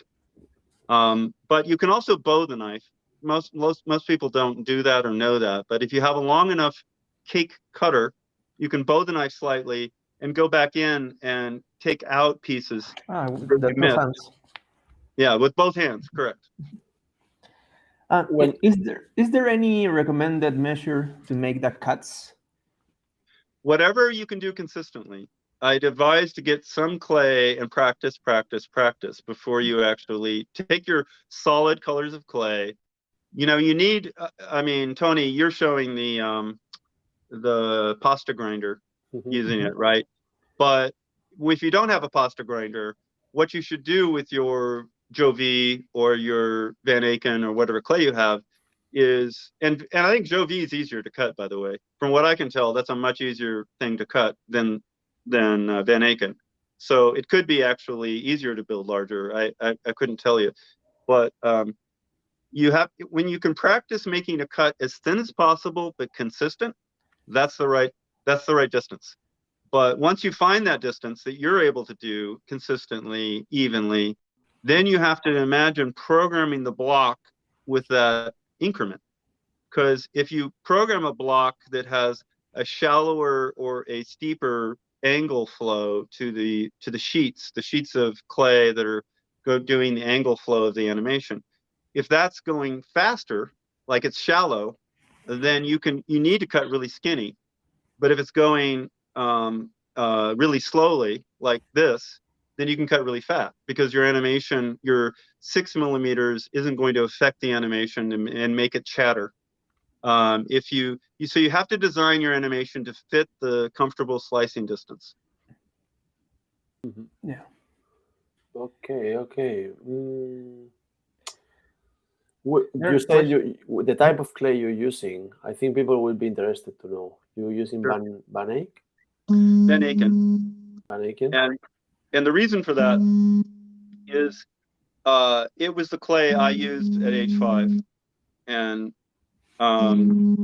really, the only reason I was able to do this is I had a 25-cent allowance every week, and there was a convenience store down the street, and in 1963 it actually carried little blocks of clay. It was actually, it had soda pop, it had chips, it had what you think of in a convenience store, in a bodega maybe, and yet it also carried comic books, and it carried little chunks of clay. So if I hadn't had that, I wouldn't have been able to buy another tiny bit of clay every week. And that's how I was able to build up Claytown. So it just, year after year, there was more to work with because you were constantly buying it. Then secondly, Van Aken is what Will Vinton Studios used. So when I came to Will Vinton Studios in Portland in 1992, everybody was using that. That's what they animated their claymation with. And I've tried other clays, like in the East Coast, they had a different kind. And I did Big Time, the Peter Gabriel video, with some strange other clay. And sadly, it crumbles. The slices, you try to save the slices, and for some reason, you peel off the paper on that slice a year later, and this stuff is just falling apart. It is not a stable clay. So for Stratacut, the stability of Van Aken is desirable. It has a long shelf life of softness. Eventually, if you put it on wood, the oil and wax will leach into the wood and make it stick. It will also make it drier. So I have 40-year-old clay paintings that are very tough and impervious to temperature now, because they've in a sense dried out over that long period. Whereas Jovi, like you were saying, Tony, might dry out over a year. So it have a much narrower band of time in which it becomes impervious to its shape change. It's not malleable anymore. And for long-term art, that's a good thing. You want it to be as stable as possible. And I think it's really easy to work with. I bought some, by the way, Tony. So I just felt it and was playing with it. It's very, very pretty colors. Seems super easy to work with. So that's a plus. And that's the story of Van Aken. Now Ardman in England, Bristol, has its own formula that they like. So you can go anywhere. Stratacut still works. It's just a matter of what clay you want. It works in confectionery too. I believe a whole business I would like to see happen is there are people very good in confectionery. They should build confectionery Stratacut custom to their client. And I imagine that if they took their cake or their pie or their log, and the client said, hey, this is for $2,000, make me the most amazing party gift, the most talked about party item. And everybody, you slice it up, you have a camera, and so everybody at the party is watching it get opened up, and they're able to eat it. And I know they did this in Brazil when I was in there in 2012. They have in Brazil, they have a custom log or something. It's a delicacy they all eat, where they just roll the jelly and the cake around, and then they were cutting this up. It would require a lot of work. It would require someone who really understood it, but you could create designed animations. And I would, if I was rich, I'd say, yeah, for $2,000, I want that for my party. Everyone will remember you. Anyway, that's another way. I'm just saying any medium can work. I do think that Stratacut is also a larger category of time art. You know, there's a lot of time-based art going on right now, a lot, and has been growing. I could go on and on about the different, you know, even when you do skateboard videos and you cut the skateboarder out, click, click, click, click, click, and you see the motion over time. They do MakerBot makes sculptures of, you know, athletes, and you see all the positions of the athletes. Those are all in the genre of Stratacut because we're all trying to understand time over space in a different way. I don't want to keep talking, but I do want to mention, to me, the message of Stratacut is to cure us of time blindness. It's an attempt to take our blindness to time as an actual sixth sense, or whatever, a non-evolutionary sense, not the five senses, but it's real, and we can't see it except through clocks. We can see it through models. We can see it through computers. But we can see the sun rise and the sun set. But there actually is continuity in time, and we just can't see that. And so Stratacut is trying to give you a peek around the corner so your time blindness isn't quite as blind. How do you think you are influencing people? I hope to be imaginative, right? And this gets into both every creative. The key to your life, the message from me, if you see it, is figure out what you're good at. De-bias yourself. You know, we all come in with a lot of illusions. Stop having those illusions, but figure out what you're good at. And then make the most imaginative use of your strength. Take your strength and imagine the hell out of it, and then be tenacious about following through. So that, of course, means art. But I also think it means our world. I think political science or economics is very unimaginative. I think we get stuck into ruts thinking that the organization of the world must be a certain kind of capitalist realism, or whatever label you want to put on socialism, or any of these things. And we're letting ourselves be very non-imaginative right now with how we organize the world. If I can organize a frickin' piece of clay to reveal a predicted shape outcome, then we just need to blow all our minds about how we organize our world right now.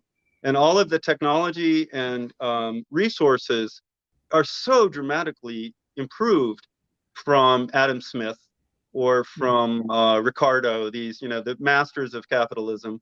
They're so improved from Karl Marx or communism. They're so improved, right?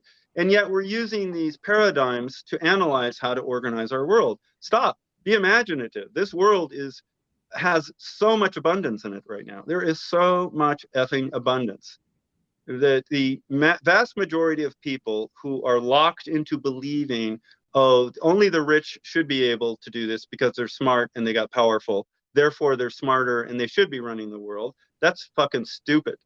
You need to have the imagination that get rid of the labels, and I mean that in the best way. They're useful. I mean, knowing these things deeply is useful, but not letting ourselves imagine how the world can be redesigned to fit the human experience, and not the sort of competitive, hey, I'm angry at you and I've got my private little stash and you have your private stash. That actually is an archaic mental block that the planet has, that needs to be gotten rid of. So if my art is communicating that to you, then I have really succeeded. That's the key. It's not about the Stratacut. It's not yes, about I see. Yeah. One thing going back to the Stratacut. Sure. Was this the job? Is this the job that you imagined when you were a child? No. No. No. I think I feel the joy of being a child when I do it, and when people respond to it, I definitely feel that joy. When I see other people doing it, I feel the childish joy. Um, I think that I am very much an adult who channels a very pissed off child or a very angry child that wants to see the world in a better place. So a lot of times I'm trying to take things that seem to me as an adult important and letting the child talk. So when the Stratacut comes out, I'm trying to be 12 years old again. I'm really not trying to be 63. Because part of the primitiveness and the charm of it is important not to lose. But I'm so much better technically than I would be at that age. But the voice, there's a primary innocence that we all lose as we grow older. And I don't believe I've worked very hard not to lose that. Many people in their own way are still, allow their child to be a great part of their life in addition to their adult.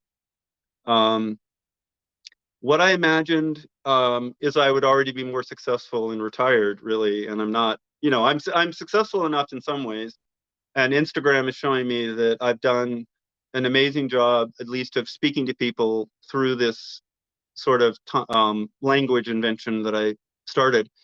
But I didn't think I'd be working this hard at 63, if that makes any sense. I thought it would be chilling on the beach. Is there something that you would like to say to yourself 20 years ago? I mean, you said you are 63, right? Yeah, 63. So is there any message for David Daniels when he was 43? Stop being stupid. Debias yourself more, dude. Try to understand what you're good and bad. Try to not be, when you go through life, you succeed and you fail.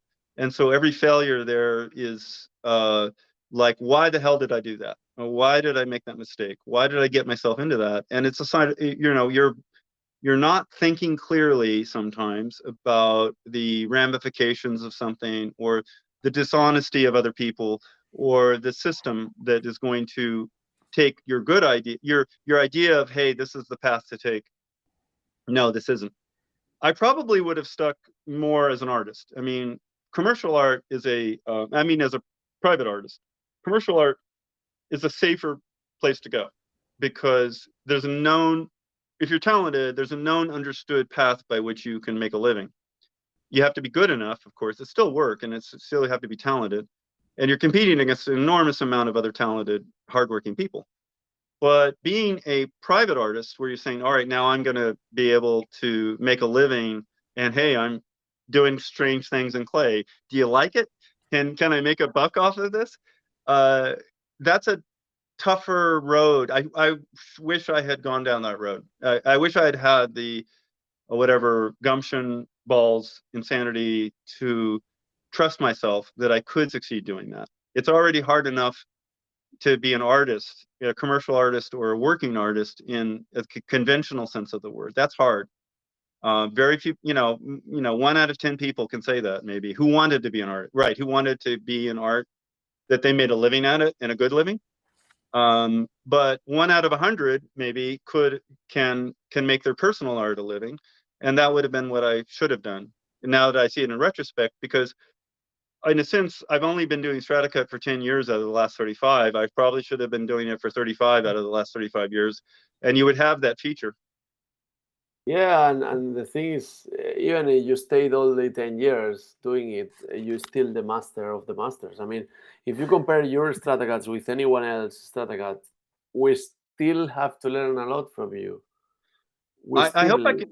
As you can tell, I like teaching and I like engaging and I like when people understand. I do like that. It's a natural enjoyment. It's the best kind of social, really, because you're sharing magic, right? You're sharing a kind of, the thing about it is it's a mystery box. And this is what having engaged people has taught me, really. Stratacut is a mystery box. It's sitting there alive, but until you cut it up, you don't know what's inside the mystery box. And somebody said it's a sacrament. It's sacred art, and this is what their definition was to me. The fact is, you have to destroy it to create it. Yeah. I thought, damn, that's profound. And it's so true. it is a destructive act in order to unlock what is otherwise sitting there. I think part of me, if I can be frank, would be part of me wants to just build the stuff and never cut it up and just build the blocks and say, all right, good luck. Here it is. Buy it. It's up to you. You can cut it up or not. It can sit there for 1,000 years and it will still reveal the same message. The same programming will come out of it 1,000 years from now. And is that not the most interesting thing to do? Because a lot of it is what's in your mind. In your mind, you're saying, well, what's inside? How is it going to come out? And then when it's revealed, you go, oh my God, that's, visually, it actually appeals to your reptile brain. I want to say this, there's a conscious level at which we function and a middle level function. And our reptile brains can't comprehend it, which is why it's amazing, because all of the pixels are moving at once. Every frame, all the pixels are moving. And our conscious brain is used to sorting out everything and just saying, all right, I'm identifying that piece, that piece, that piece. And we do it very quickly. We've learned how to get rid of 90% of the information. Stratacut forces all of that other information to happen. And so it's actually leveling down to a more primary part of your brain when it passes through your eyes and gets into your head.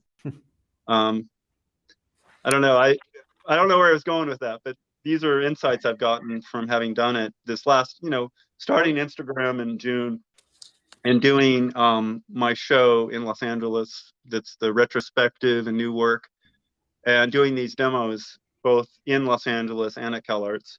Go ahead. How do you feel that what's going to happen in your near future? Because you say they are 63, and some people, when they arrive to a certain age, they retired or they stop doing what they did for their life. Or right. How do you feel about that? What's going to happen next? I think one thing I never have had enough is life balance. Right, work-life balance is not something I did well.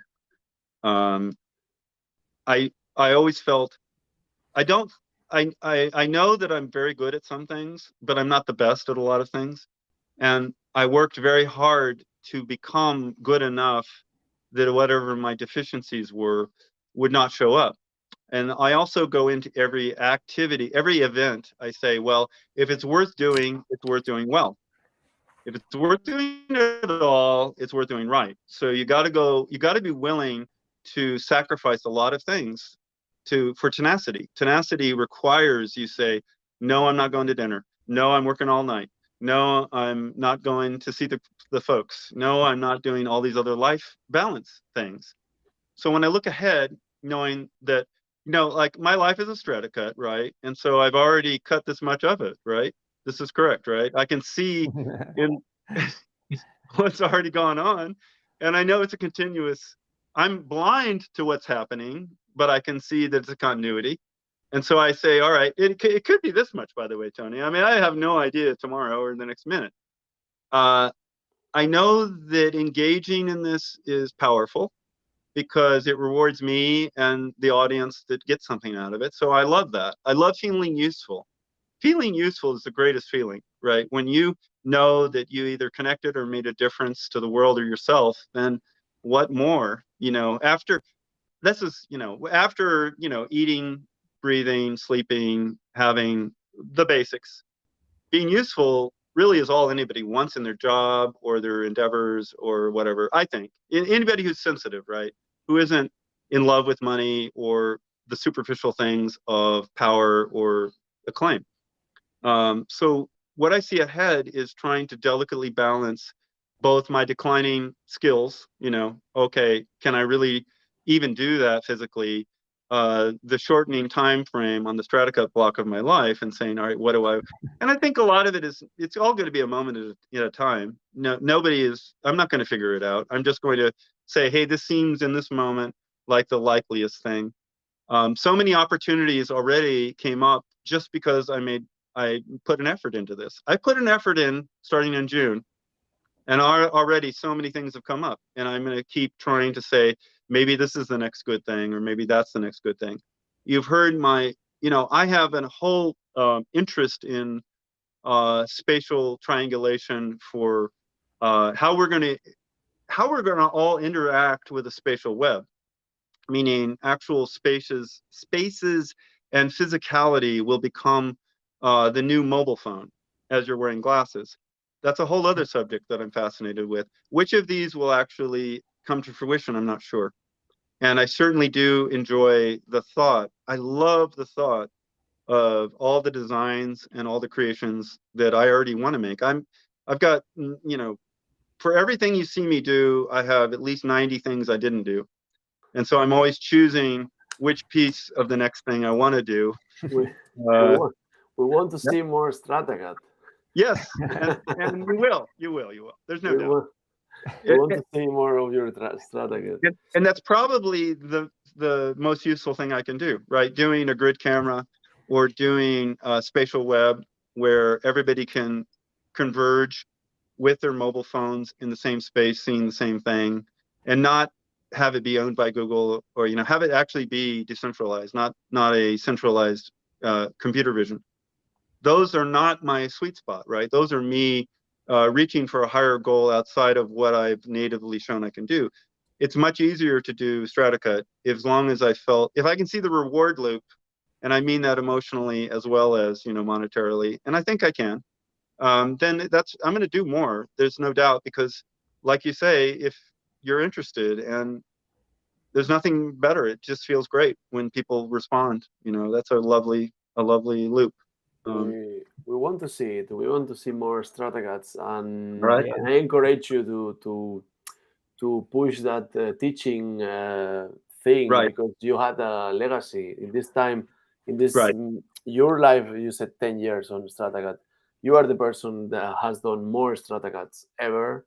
And if I was in your position, I would feel responsible to teach people, because also you have time, to teach people and let the next David Daniels start working now. And maybe in 10 years, you can see your students do amazing things.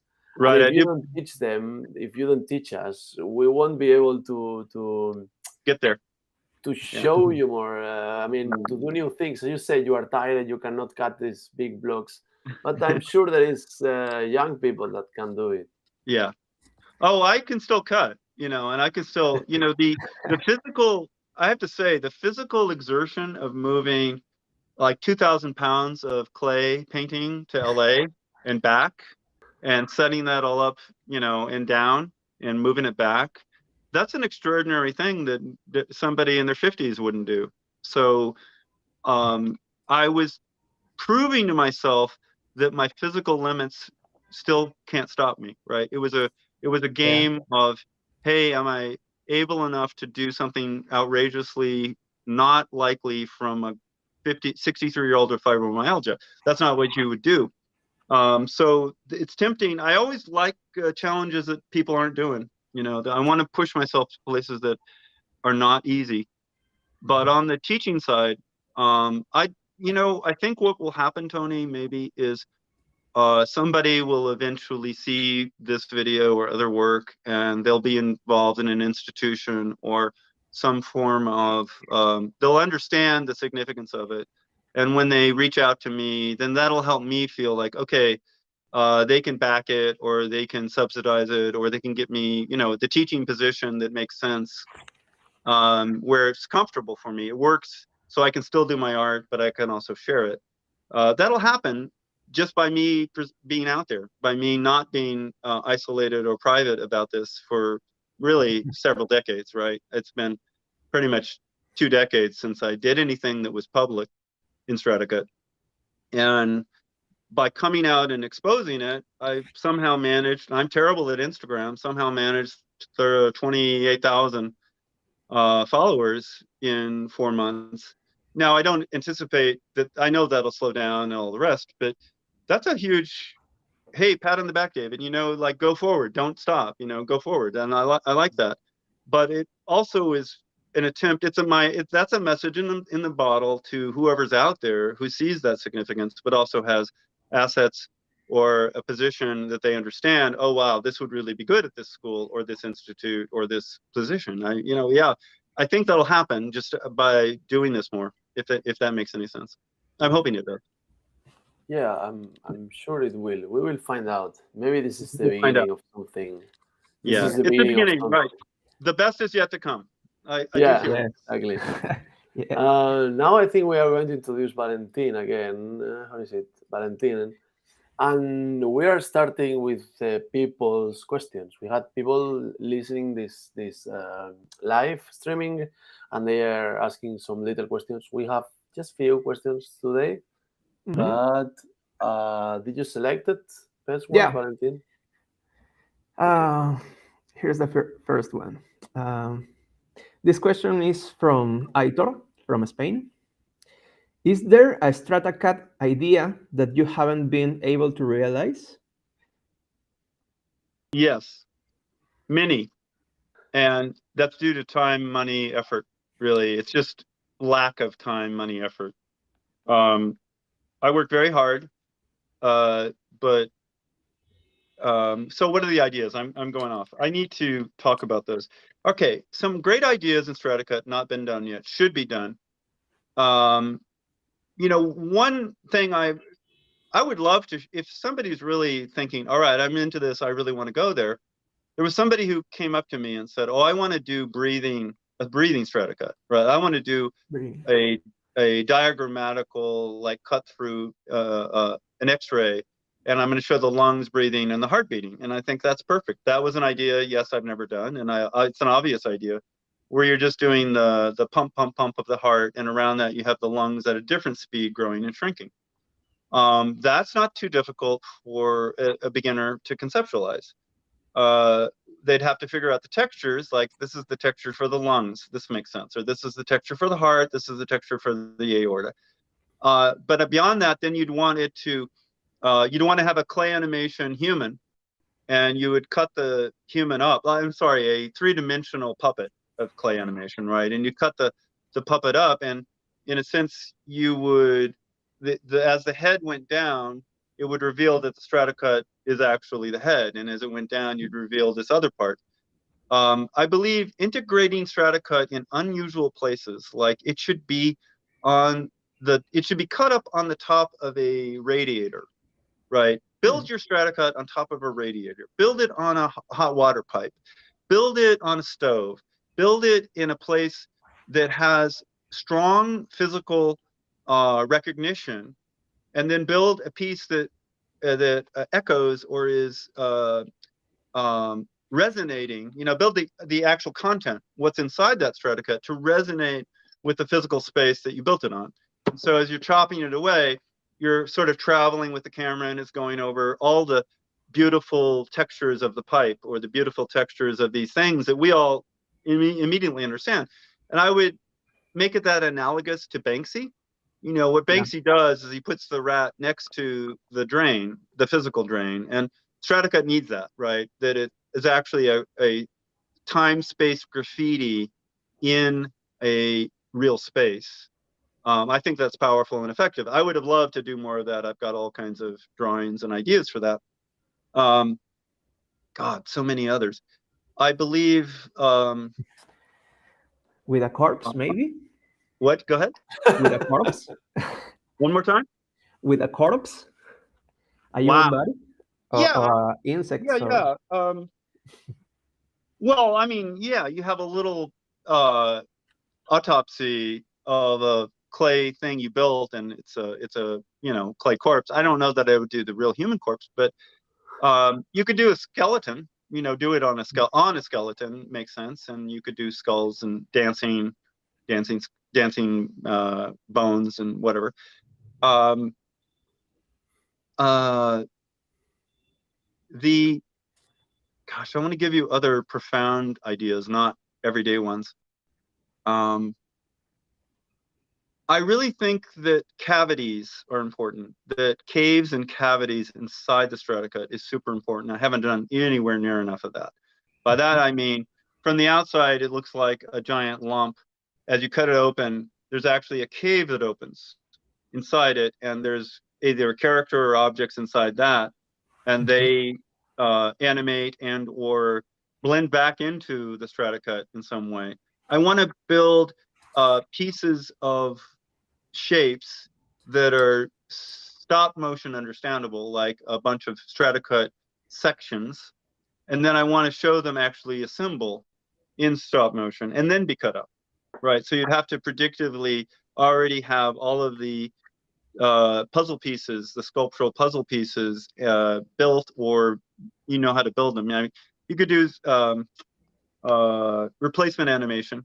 So you start from a yellow color and it grows, and then 5 frames later, it's the actual, you replace it and it becomes this puzzle piece, this sculptural puzzle piece, and you build a few more of those, and then you watch them as they, in a sense, weave themselves. You know, you'd want to stop motion weave themselves into the Stratacut, and then you cut it up. Okay. That would be awesome. I think you want to see a stop motion character walking and then entering a block, and as he enters the block, he becomes a Stratacut, and as he exits the block, he becomes 3-dimensional again. And so the block would be moving in time. So he would enter at one position and exit further away at the other position, right?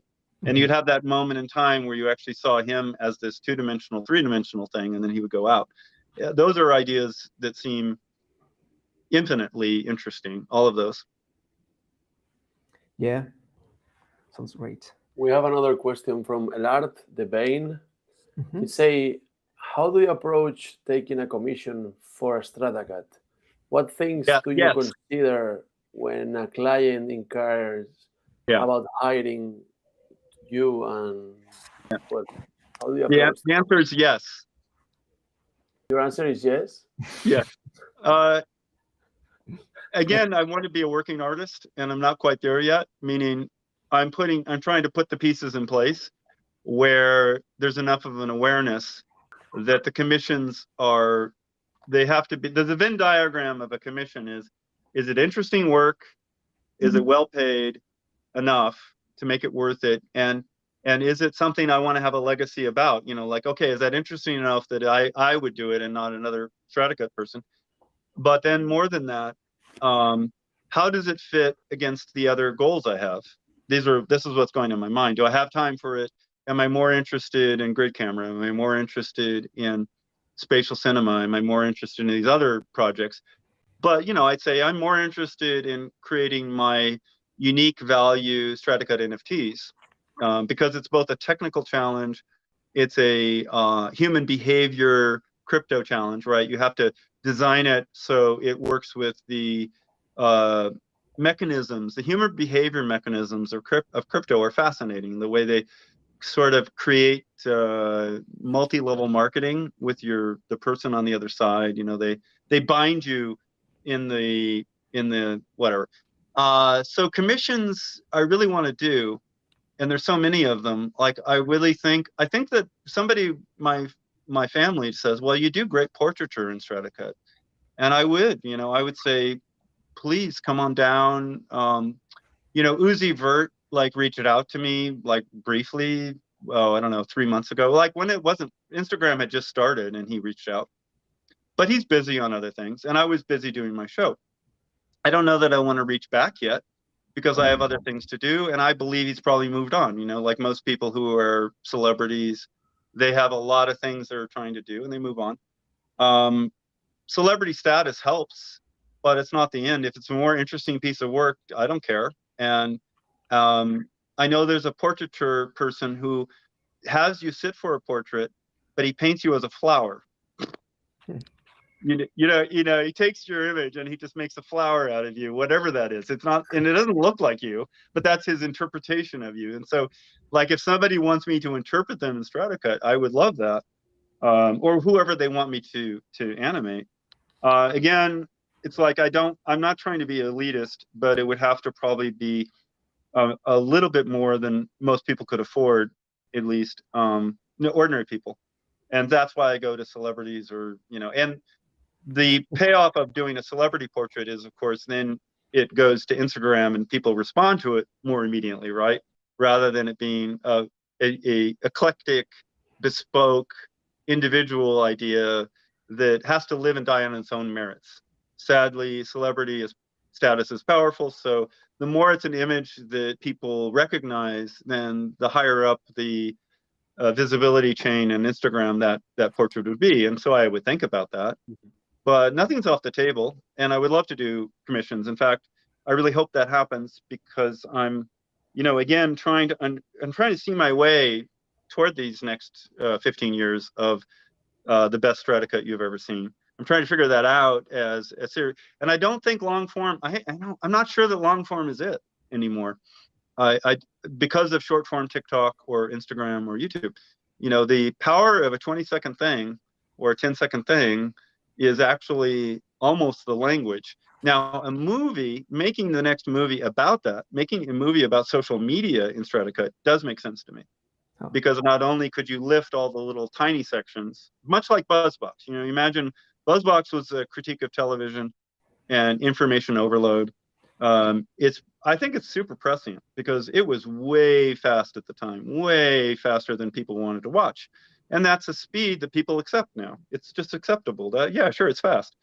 And I believe that social media is in that same spot where it's so affecting the society, the way the society functions, that it would be interesting to me to make a long form that updates the principle of BuzzBox, but makes a completely different statement about person-to-person communication and about bot manipulation, about Putin or dark money or GOP Republican money, fossil fuel money that buys the internet and seduces your information out of you so it can feed you back the bullshit that you want, right? It knows your profile so well, it feeds you back that bullshit. Well, that would be the content of my next movie if I were to do it. Anyway, so if a commission worked in that too, it'd even be better. It'd be great. Go ahead. It's interesting what you're saying, because it's true that there is a format where you can work doing animations that are under 15 seconds. Yeah. Under 20, under 15, under 10. So. And it's ideal for Stratacut, for me, because it's ideal for Stratacut. The hypnosis effect is strong enough to overpower. It just cuts through, and you remember what I was saying. I would always never go a minute. If I could, I wouldn't want to go longer than a minute on the Stratacut before there was some other combustion, some other reality, or some other effect, or some other texture happening. So you weren't just relying only on the Stratacut, and so this format is ideal for that. Yeah, I think some people nowadays made a career in stop motion animation by doing one animation every week or one animation every 2 weeks. And it's by repeating that and posting those videos on Instagram that they ended up getting commissions, because people see these people, it's seriously doing that, and they can do it in a couple of weeks. So if you can fit that format as well, you could be more accurate as well. But I can fit that format quite well. I always do Stratacut much faster than people think it takes. I'm not saying that it isn't difficult. It is. But when we know Big Time took 4 weeks. People can't comprehend how you can do that much Stratacut in 4 weeks. Freaked, there's a title sequence to Freaked, the movie. That's 2.5 minutes of Stratacut. But it's also combined with stop motion and real effects, by the way. Of course, it's not all Stratacut. It is a combination of it all. And that took 3 weeks. But two animators helped me. They were doing sous chef, and there was a lot of stop motion that they could do. They didn't have to build all of the blocks. I could do that, and they could do the other parts. So that's 2.5 minutes of animation. But I was younger. I wouldn't do that now. That would kill me. That would be crazy. I think the rhythm of social media, it could be more something like 15 seconds of animation each week or every 3 weeks. That's more or less what many people do. That's what I don't know how to sort the commissions, because I have had people say, hey, they've obviously pinged me on it, and I've gotten several people saying, hey, do you do commissions? I don't know how to respond, because 9 out of 10 of them I will probably disappoint, because I'll say that's not enough money, or that isn't what I had in mind. And so until I can understand how to do that, like, oh, okay, this is a real ping. This is a ping that both has meaning artistically, financially, and emotionally. It has to fit all 3 of those. Like, okay, this is what I want to do with my life, because this ping makes sense. But you can't. It takes hours to figure that out, or days. And I don't know who's on the other end. So It's I'm new to this. I just don't know how to do it. it's really easy, David. You just have to say Okay. no. You just have to say no 9 times and yes 1 time. I have a Because hard time saying no, so I back out. I that's don't do it what yet. happened to us. I have to say no many times before I can Right. say yes, Yeah.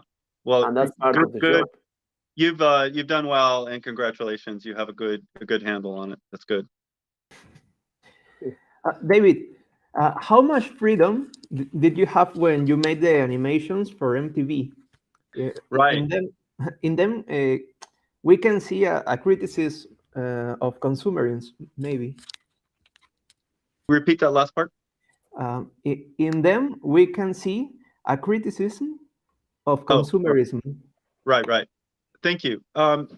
Yes. One serendipitous thing about my life is that BuzzBox was done in 1985. And so I was still able to be a part of the MTV window that was sort of a decade from the early 80s to maybe 1990 or 91. MTV moved on to reality TV and a lot of other formats that weren't really music videos. So, but I caught the last 6 years. And in that time, what do they want? They want media that speaks to youth and rebellion, right? You want to have rebellion in, you're appealing to an audience of youth that wants to define itself, has a lot of outrage. I have a lot of outrage as a young person about the way the world is organized and the conventions and the stuffiness of ordinary stuff. So my criticisms were welcomed. Part of it is that capitalism is very good at absorbing its opposite, right? It's a dialectic. It can absorb its opposite. That's its strength. It can take anything that is making a critique of it and say, oh, but now you can make money at that, so you're a commercial version of your critique of us as capitalists, and therefore you're part of the game, baby. Now, I could only do that because they were willing to do that in that time frame. As the 90s approached or started, it became more conventional. And so people weren't looking for my sense of bizarreness or outrage. The other part is that Stratacut is undefinable to a client. A client cannot comprehend what they're going to get out of it, right? So if they say, here's what I want, and then I draw up a storyboard, they're not going to get exactly what's in that storyboard. They're going to get a lot more because it's alive and out of control. And they're going to get something that in their imagination wasn't there. It's like you can't define everything in their head as to what they want. So I would call it a wild horse. So your commissions in the 90s, your commissions were harder because they got into pre-visualization. Now, pre-visualization in the 80s was a bunch of drawn frames. By the 90s, it was actually an edit media where you take your frames and you put it on a video timeline. Like And animatic. then in the mid 90s, it was a CG animation. By the time of Jurassic Park, you were doing a very crude CG version of what your commercial or your idea is going to be, so the client could see it and understand it. And partially it's that clients are very paranoid because it's a group. The group doesn't want to have anybody who's wrong in the group. And so they all have to agree to something up and down the chain of clients that means what they saw is what they think they're going to get. So Stratacut doesn't fit that. It's like, hey, I assure you I'm going to hit all the points in my storyboard, people, but you're not going to have any idea. You can't change. You can't go back and say that's not what I wanted after it's done. It's over. Like once I built it and cut it, you can't get your hands in there and say, now I want it left. I want it to the right. I want the face to look like this. I want to do whatever. I want to change the color. Go ahead. It's less attractive, and that was partially why I stopped doing it. The other thing I have to say, frankly, is that I got the comment. When Big Time happened, it was like, oh my God, jaw drop, or other things in the MTV time. But then by the 90s, I started to hear, oh, that's CG. So I would show Stratacut, and people would walk away saying, oh, that's CG. All right. And then their jaw's not dropping because they've misunderstood it. and they've assigned it to Jurassic Park magic boxes. So computers can do things that are far beyond a human. It's the very fact a human is doing it with the most rudimentary medium possible, right? With the most basic child's play possible, a human is doing that. That's where the love is, and I was losing that. Like it wasn't, it just wasn't. I didn't want to be working that hard and not have them. Now, what's happened in the last 20 years is there's so much digital media and there's some authenticity ascribed, meaning social media makes you know that we're not deep fakes, right? It's not Tony deep fake. It's not David deep fake. We're actually talking, and they know that the medium is real. It's like I'm not doing any fakery in the Stratacut. I'm not doing any post-production, for example, or warping. And that means that Stratacut is more interesting again, precisely because it isn't digital. So as long as they understand it's authentic, it's actually got a lot of value now because they've experienced that CG and they've experienced the synthetic, and it's so overwhelming now that they actually come back to it as something real. Yeah. Yeah. Did I answer that question? Yeah. I think so. A lot. I don't know. Sometimes I want to make sure I hit the landing to be clear. We had David. 2 more questions. We have 2 more questions from Jason. From Jason Coronado. He says, when you take a look at the past and remember all the things you got through for your art, like living in a van, would you say it was worth it? Hi, Jason Cornell. Yes, I would say it's worth it. From the age of 5, I set off to have an unordinary life, to not have a conventional life. I couldn't handle the boredom of a predictable job, which is partially why I wanted to do filmmaking. I always thought, well, if I'm a filmmaker, every job is going to be different. It's like you're going to learn a whole new content, a whole new everything. And though you take that one step further, okay, let's invent a new style that is compelling. And then at this point, now I see it's a genre. I'm like impressed and amazed. It's an effing genre. And that really is worth it. Yes, I don't know. I regret a lot of the mistakes, and I regret not staying with it for the other 25 years because I believe, imagine you would have been like 10 times as much of this, right? I would have gone to all these places that I never went. And that would be my only regret, really, is that I didn't have enough faith in myself as an artist that alone, when you're lonely, broke, living in your van, you get it done and people see the magic, right? But thankfully MTV allowed me to continue that magic, and they said, all right, you're good, do your thing, is what they would say, right? And I would just fit it. And their audience had an appetite for that. Now that's not the case. But the person-to-person part of this, right? The P2P, the fact that we're bespoke communicating, the 3 of us with 10 or 20 or 100 people out there at this point, and then that 10,000 people may see this video someday. That's transformative in a way that makes me really appreciate and be happy that I did this. Yes, I am. And the more people who are inspired by that makes me happy.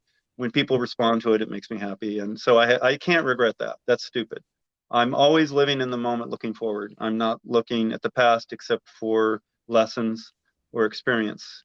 Nothing can be changed in the past. It's best to try to get real about it. Try to debias yourself and understand, okay, what went down?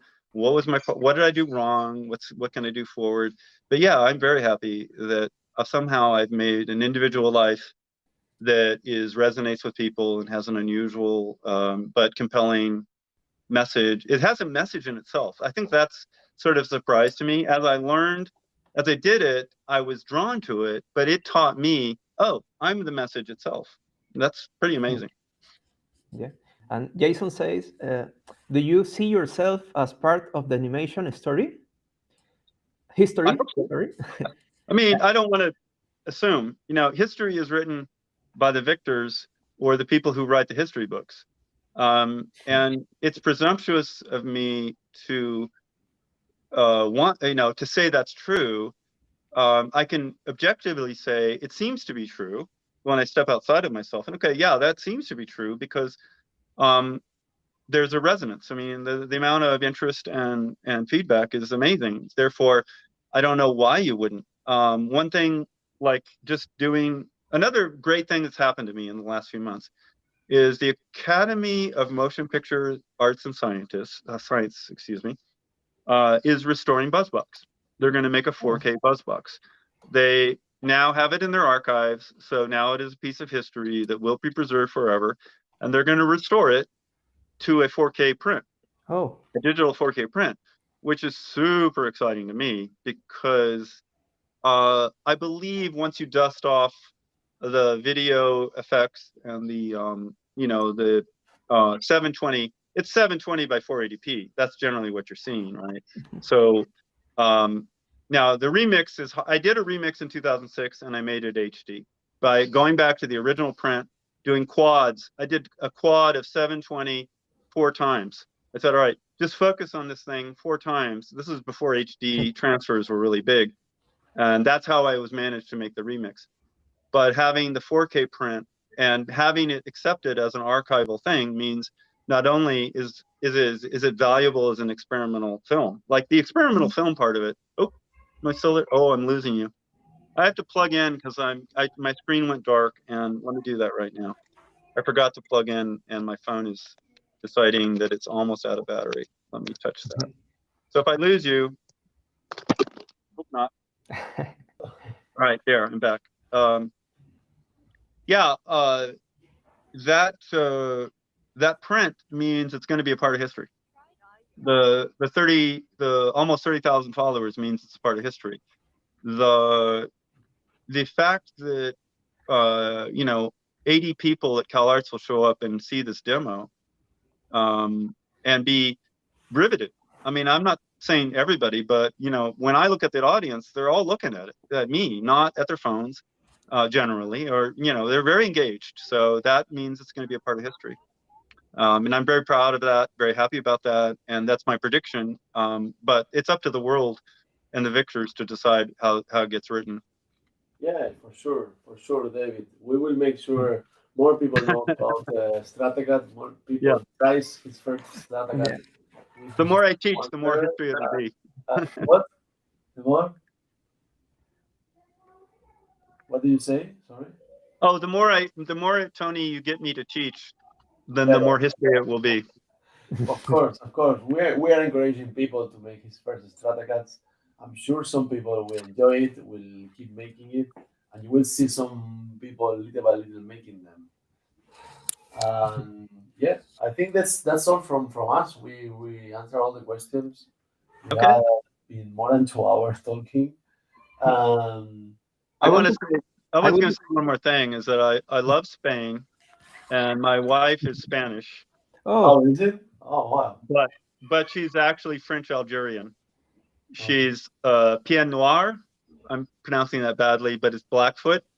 So those are the generally Spanish from Andalusia, who went to French Algeria to be the worker bees for the French. So I have great love of Spain. You're welcome. Maybe we organize a workshop in Spain. Yeah. It's complicated, but we'll try to. Time. Give it enough time, and it's going to work out. I'll be there. Sure.